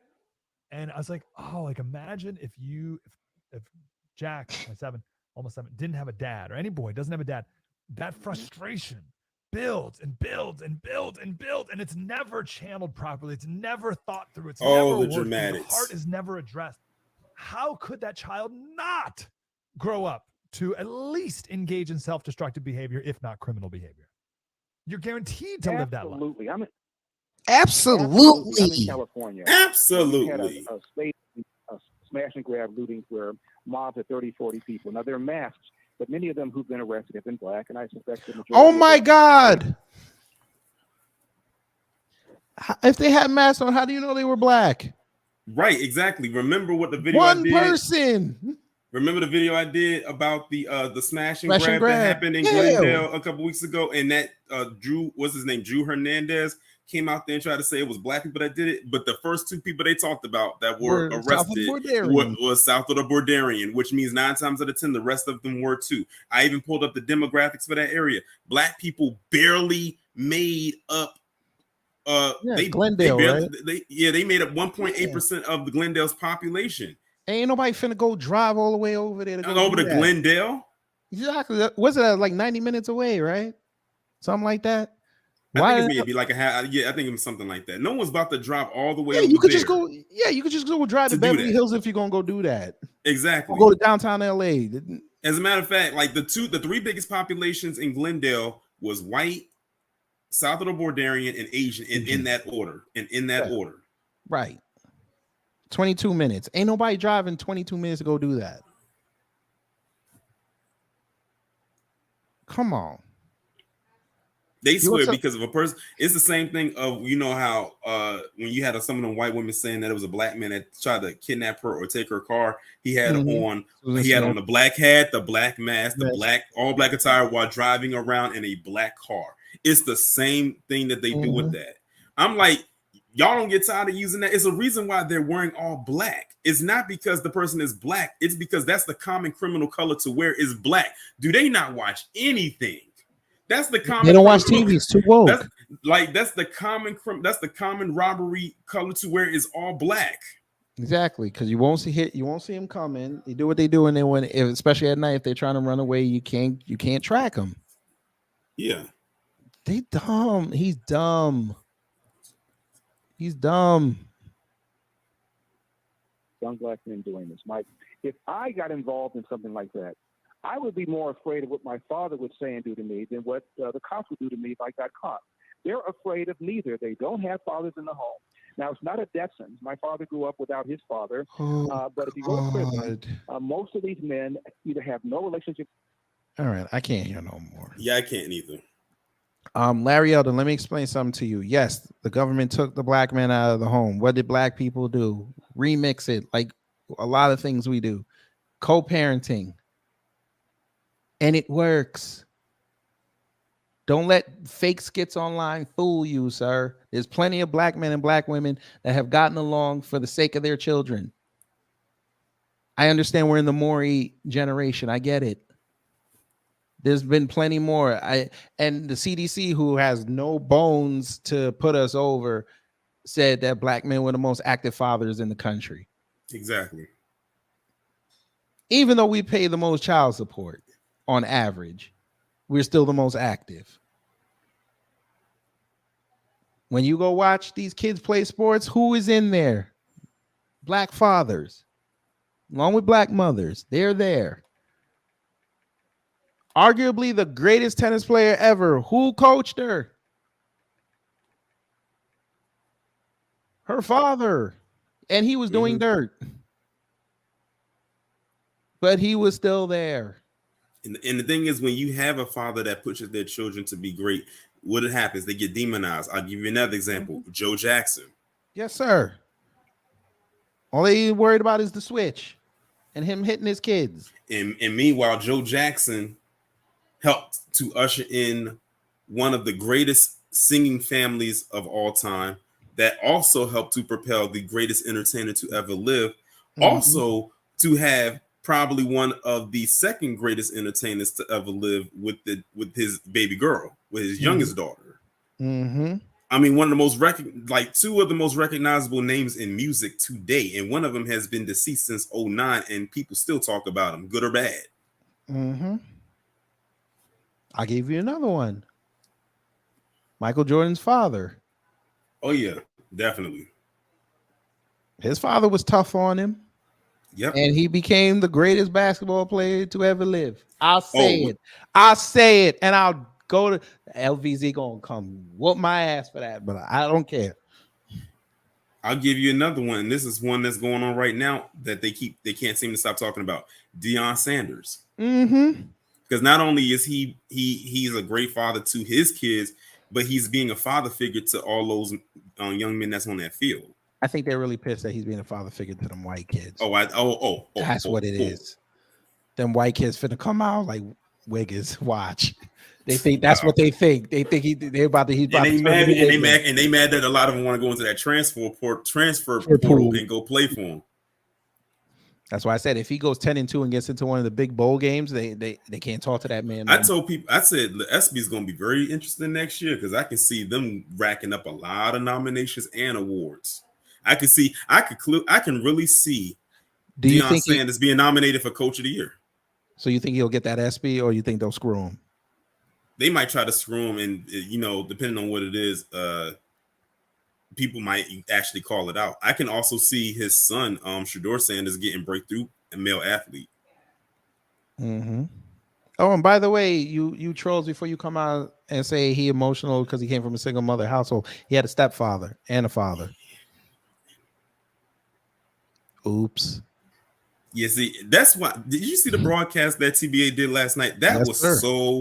so good. I was so locked in. Yes, that sir. was, and I like how he put it. $900 He said million. he said that we are the Rolls Royce of rural culture. I said, oh my God, here I am thinking I'm saying something with saying we are the trendsetters of the world. He said we are the Rolls Royce of world culture, and I like that he brought up about the Ferrari and the Lamborghini analogy. I like that because I learned something about that. I mean, I had knew about Ferrari, but I didn't know about the Lamborghini connection. So I thought that was interesting.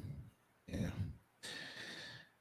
And that Nick Saban breakdown was crazy. They just paying that man hand over fist just to beef. It's just the because of who he state. is.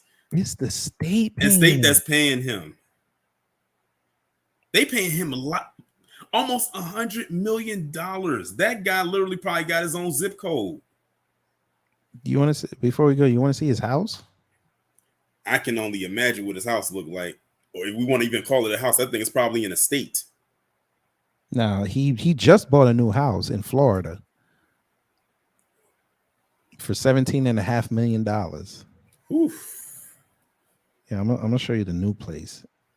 ESPN made sure to highlight that. They made sure to show that. You ready for this?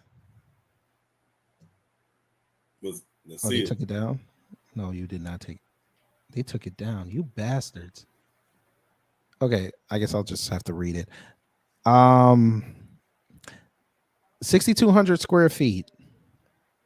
6 bedrooms, 5 baths, floor to ceiling windows, private garden with a dock and a boat lift on Jupiter Island. Wait, said it again? He purchased a $17.5 million home that is 6 bedrooms, 5 bathrooms, 6,200 feet, floor to ceiling windows, private garden, and a dock and a boat lift on Jupiter Island. So it's secluded. Yeah, I mean, it says Jupiter Island. I've never even heard of a Jupiter Island until just now. Mm-hmm. But yeah, you ready to see his house? No, I wasn't laughing at that. I was laughing at some stuff that just came out about Lauren Boebert. Oh yeah. Wait, about the dude? No, it's what happened because of what she did with the dude. Oh yeah. She was removed from a youth summit. Yeah. I'm gonna definitely talk about that probably on my live stream. That might be a Friday. Karen. Well, no, that might be a. Yeah, I don't know. She ain't black, but trust and believe. Yeah. If she was, she would more than qualify. You ready for this? Oh, that's his home? Right. All this. Oh my. Whew. All that. That's a lot of, including the trees. This is all his land. I Man, think the property line is like right here. Too bad TVA couldn't pull this up last night. Bro, this is on a cul-de-sac. This is on a cul-de-sac. And that's just an aerial view. Mm-hmm. So imagine what it's like when you're down on the ground level. It's much bigger. Yep. You probably got to drive through the trees just to get to the house.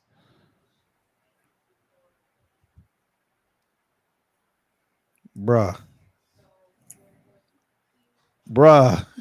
Wait, what is this?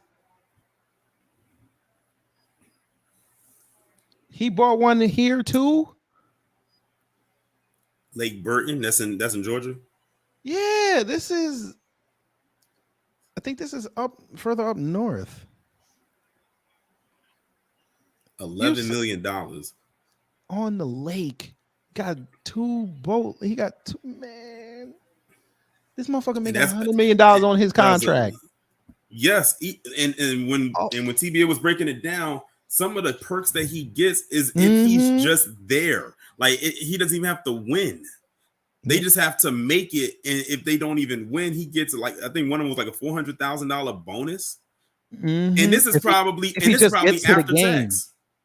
He gets to like I think that was what the big if he gets to one like the playoff, and he loses, he gets 400,000.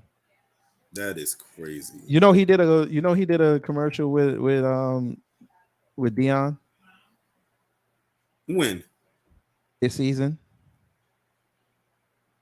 Oh, they literally did a commercial. I saw it at work. I forgot what they were promoting. They were both in Blazers. Oh, Aflac. That's what it was. Aflac. They did an Aflac commercial together. I'm playing it and then I'm going to get up out of here. You got to look at this commercial. Fair use, by the way. Fair use. Oh, shit, then this goat done took over our office. And he's using it to send out medical bills. Good hands. Hospital bill for Prime. Oh, shit, then this Jesus goat done took over our Christ. office. And he's using all those papas. Good hands. Hospital bill for Prime. Did you just say Gap? He's talking about expenses health insurance doesn't cover. Good thing Coach Prime knows about. Say it one time. Aflac. Because Aflac gets you money to help close that gap. How do we get this goat out of here? Aflac. Meet one of my new homies. Get help with expenses health insurance doesn't. Let me tell y'all something, family, and I mean this. Let this man win a major bowl game next year. How much you want to bet next year's schedule? Colorado at Alabama. How much y'all want to bet? And that'll be an 8:00 game on ABC. It'll be like the second or third game of the year because they usually want to try to get them games out of the way before they really get into the deep of their schedule. How much you want to bet? That'll be game of the year. It'll be like the second game of the season. Besides the one they just recently played? Yeah, but next week is going to be game of the year. No, not next week. The week after when they play USC. If they're still undefeated, that's going to be game of the year. I saw some people posted up on Instagram said they got like a jersey that said I'm a proud Colorado bandwagoner. They actually got like apparel that says that. Yeah, I'm not even gonna lie. I'm not even gonna lie. I would actually probably get that. Bandwagoner. So what over under games that LeBron shows up? It's only $20 for the shirt. Right. And then on top of that, like, look at the people he's bringing out to these games, or they're coming there. Had the Migos there. He had Lil Wayne do their intro like this was a boxing match. You had The Rock there. I think Cameron was there. I think Master P was there too. I'm telling you, if they're still undefeated when USC shows up there, I swear LeBron will show up. And then he'll get killed. He'll get killed on Twitter. Oh yeah, they going. Oh yeah. You know they're gonna kill him on Twitter. Ohio State fans are gonna kill him. They're gonna kill him for that. Your bitch ass ain't show up for a lot of our games, but you gonna show up for that one? Y'all hope you break your leg. But make sure you win the title first. All right, family. We had fun. Did y'all have fun? Did you learn something?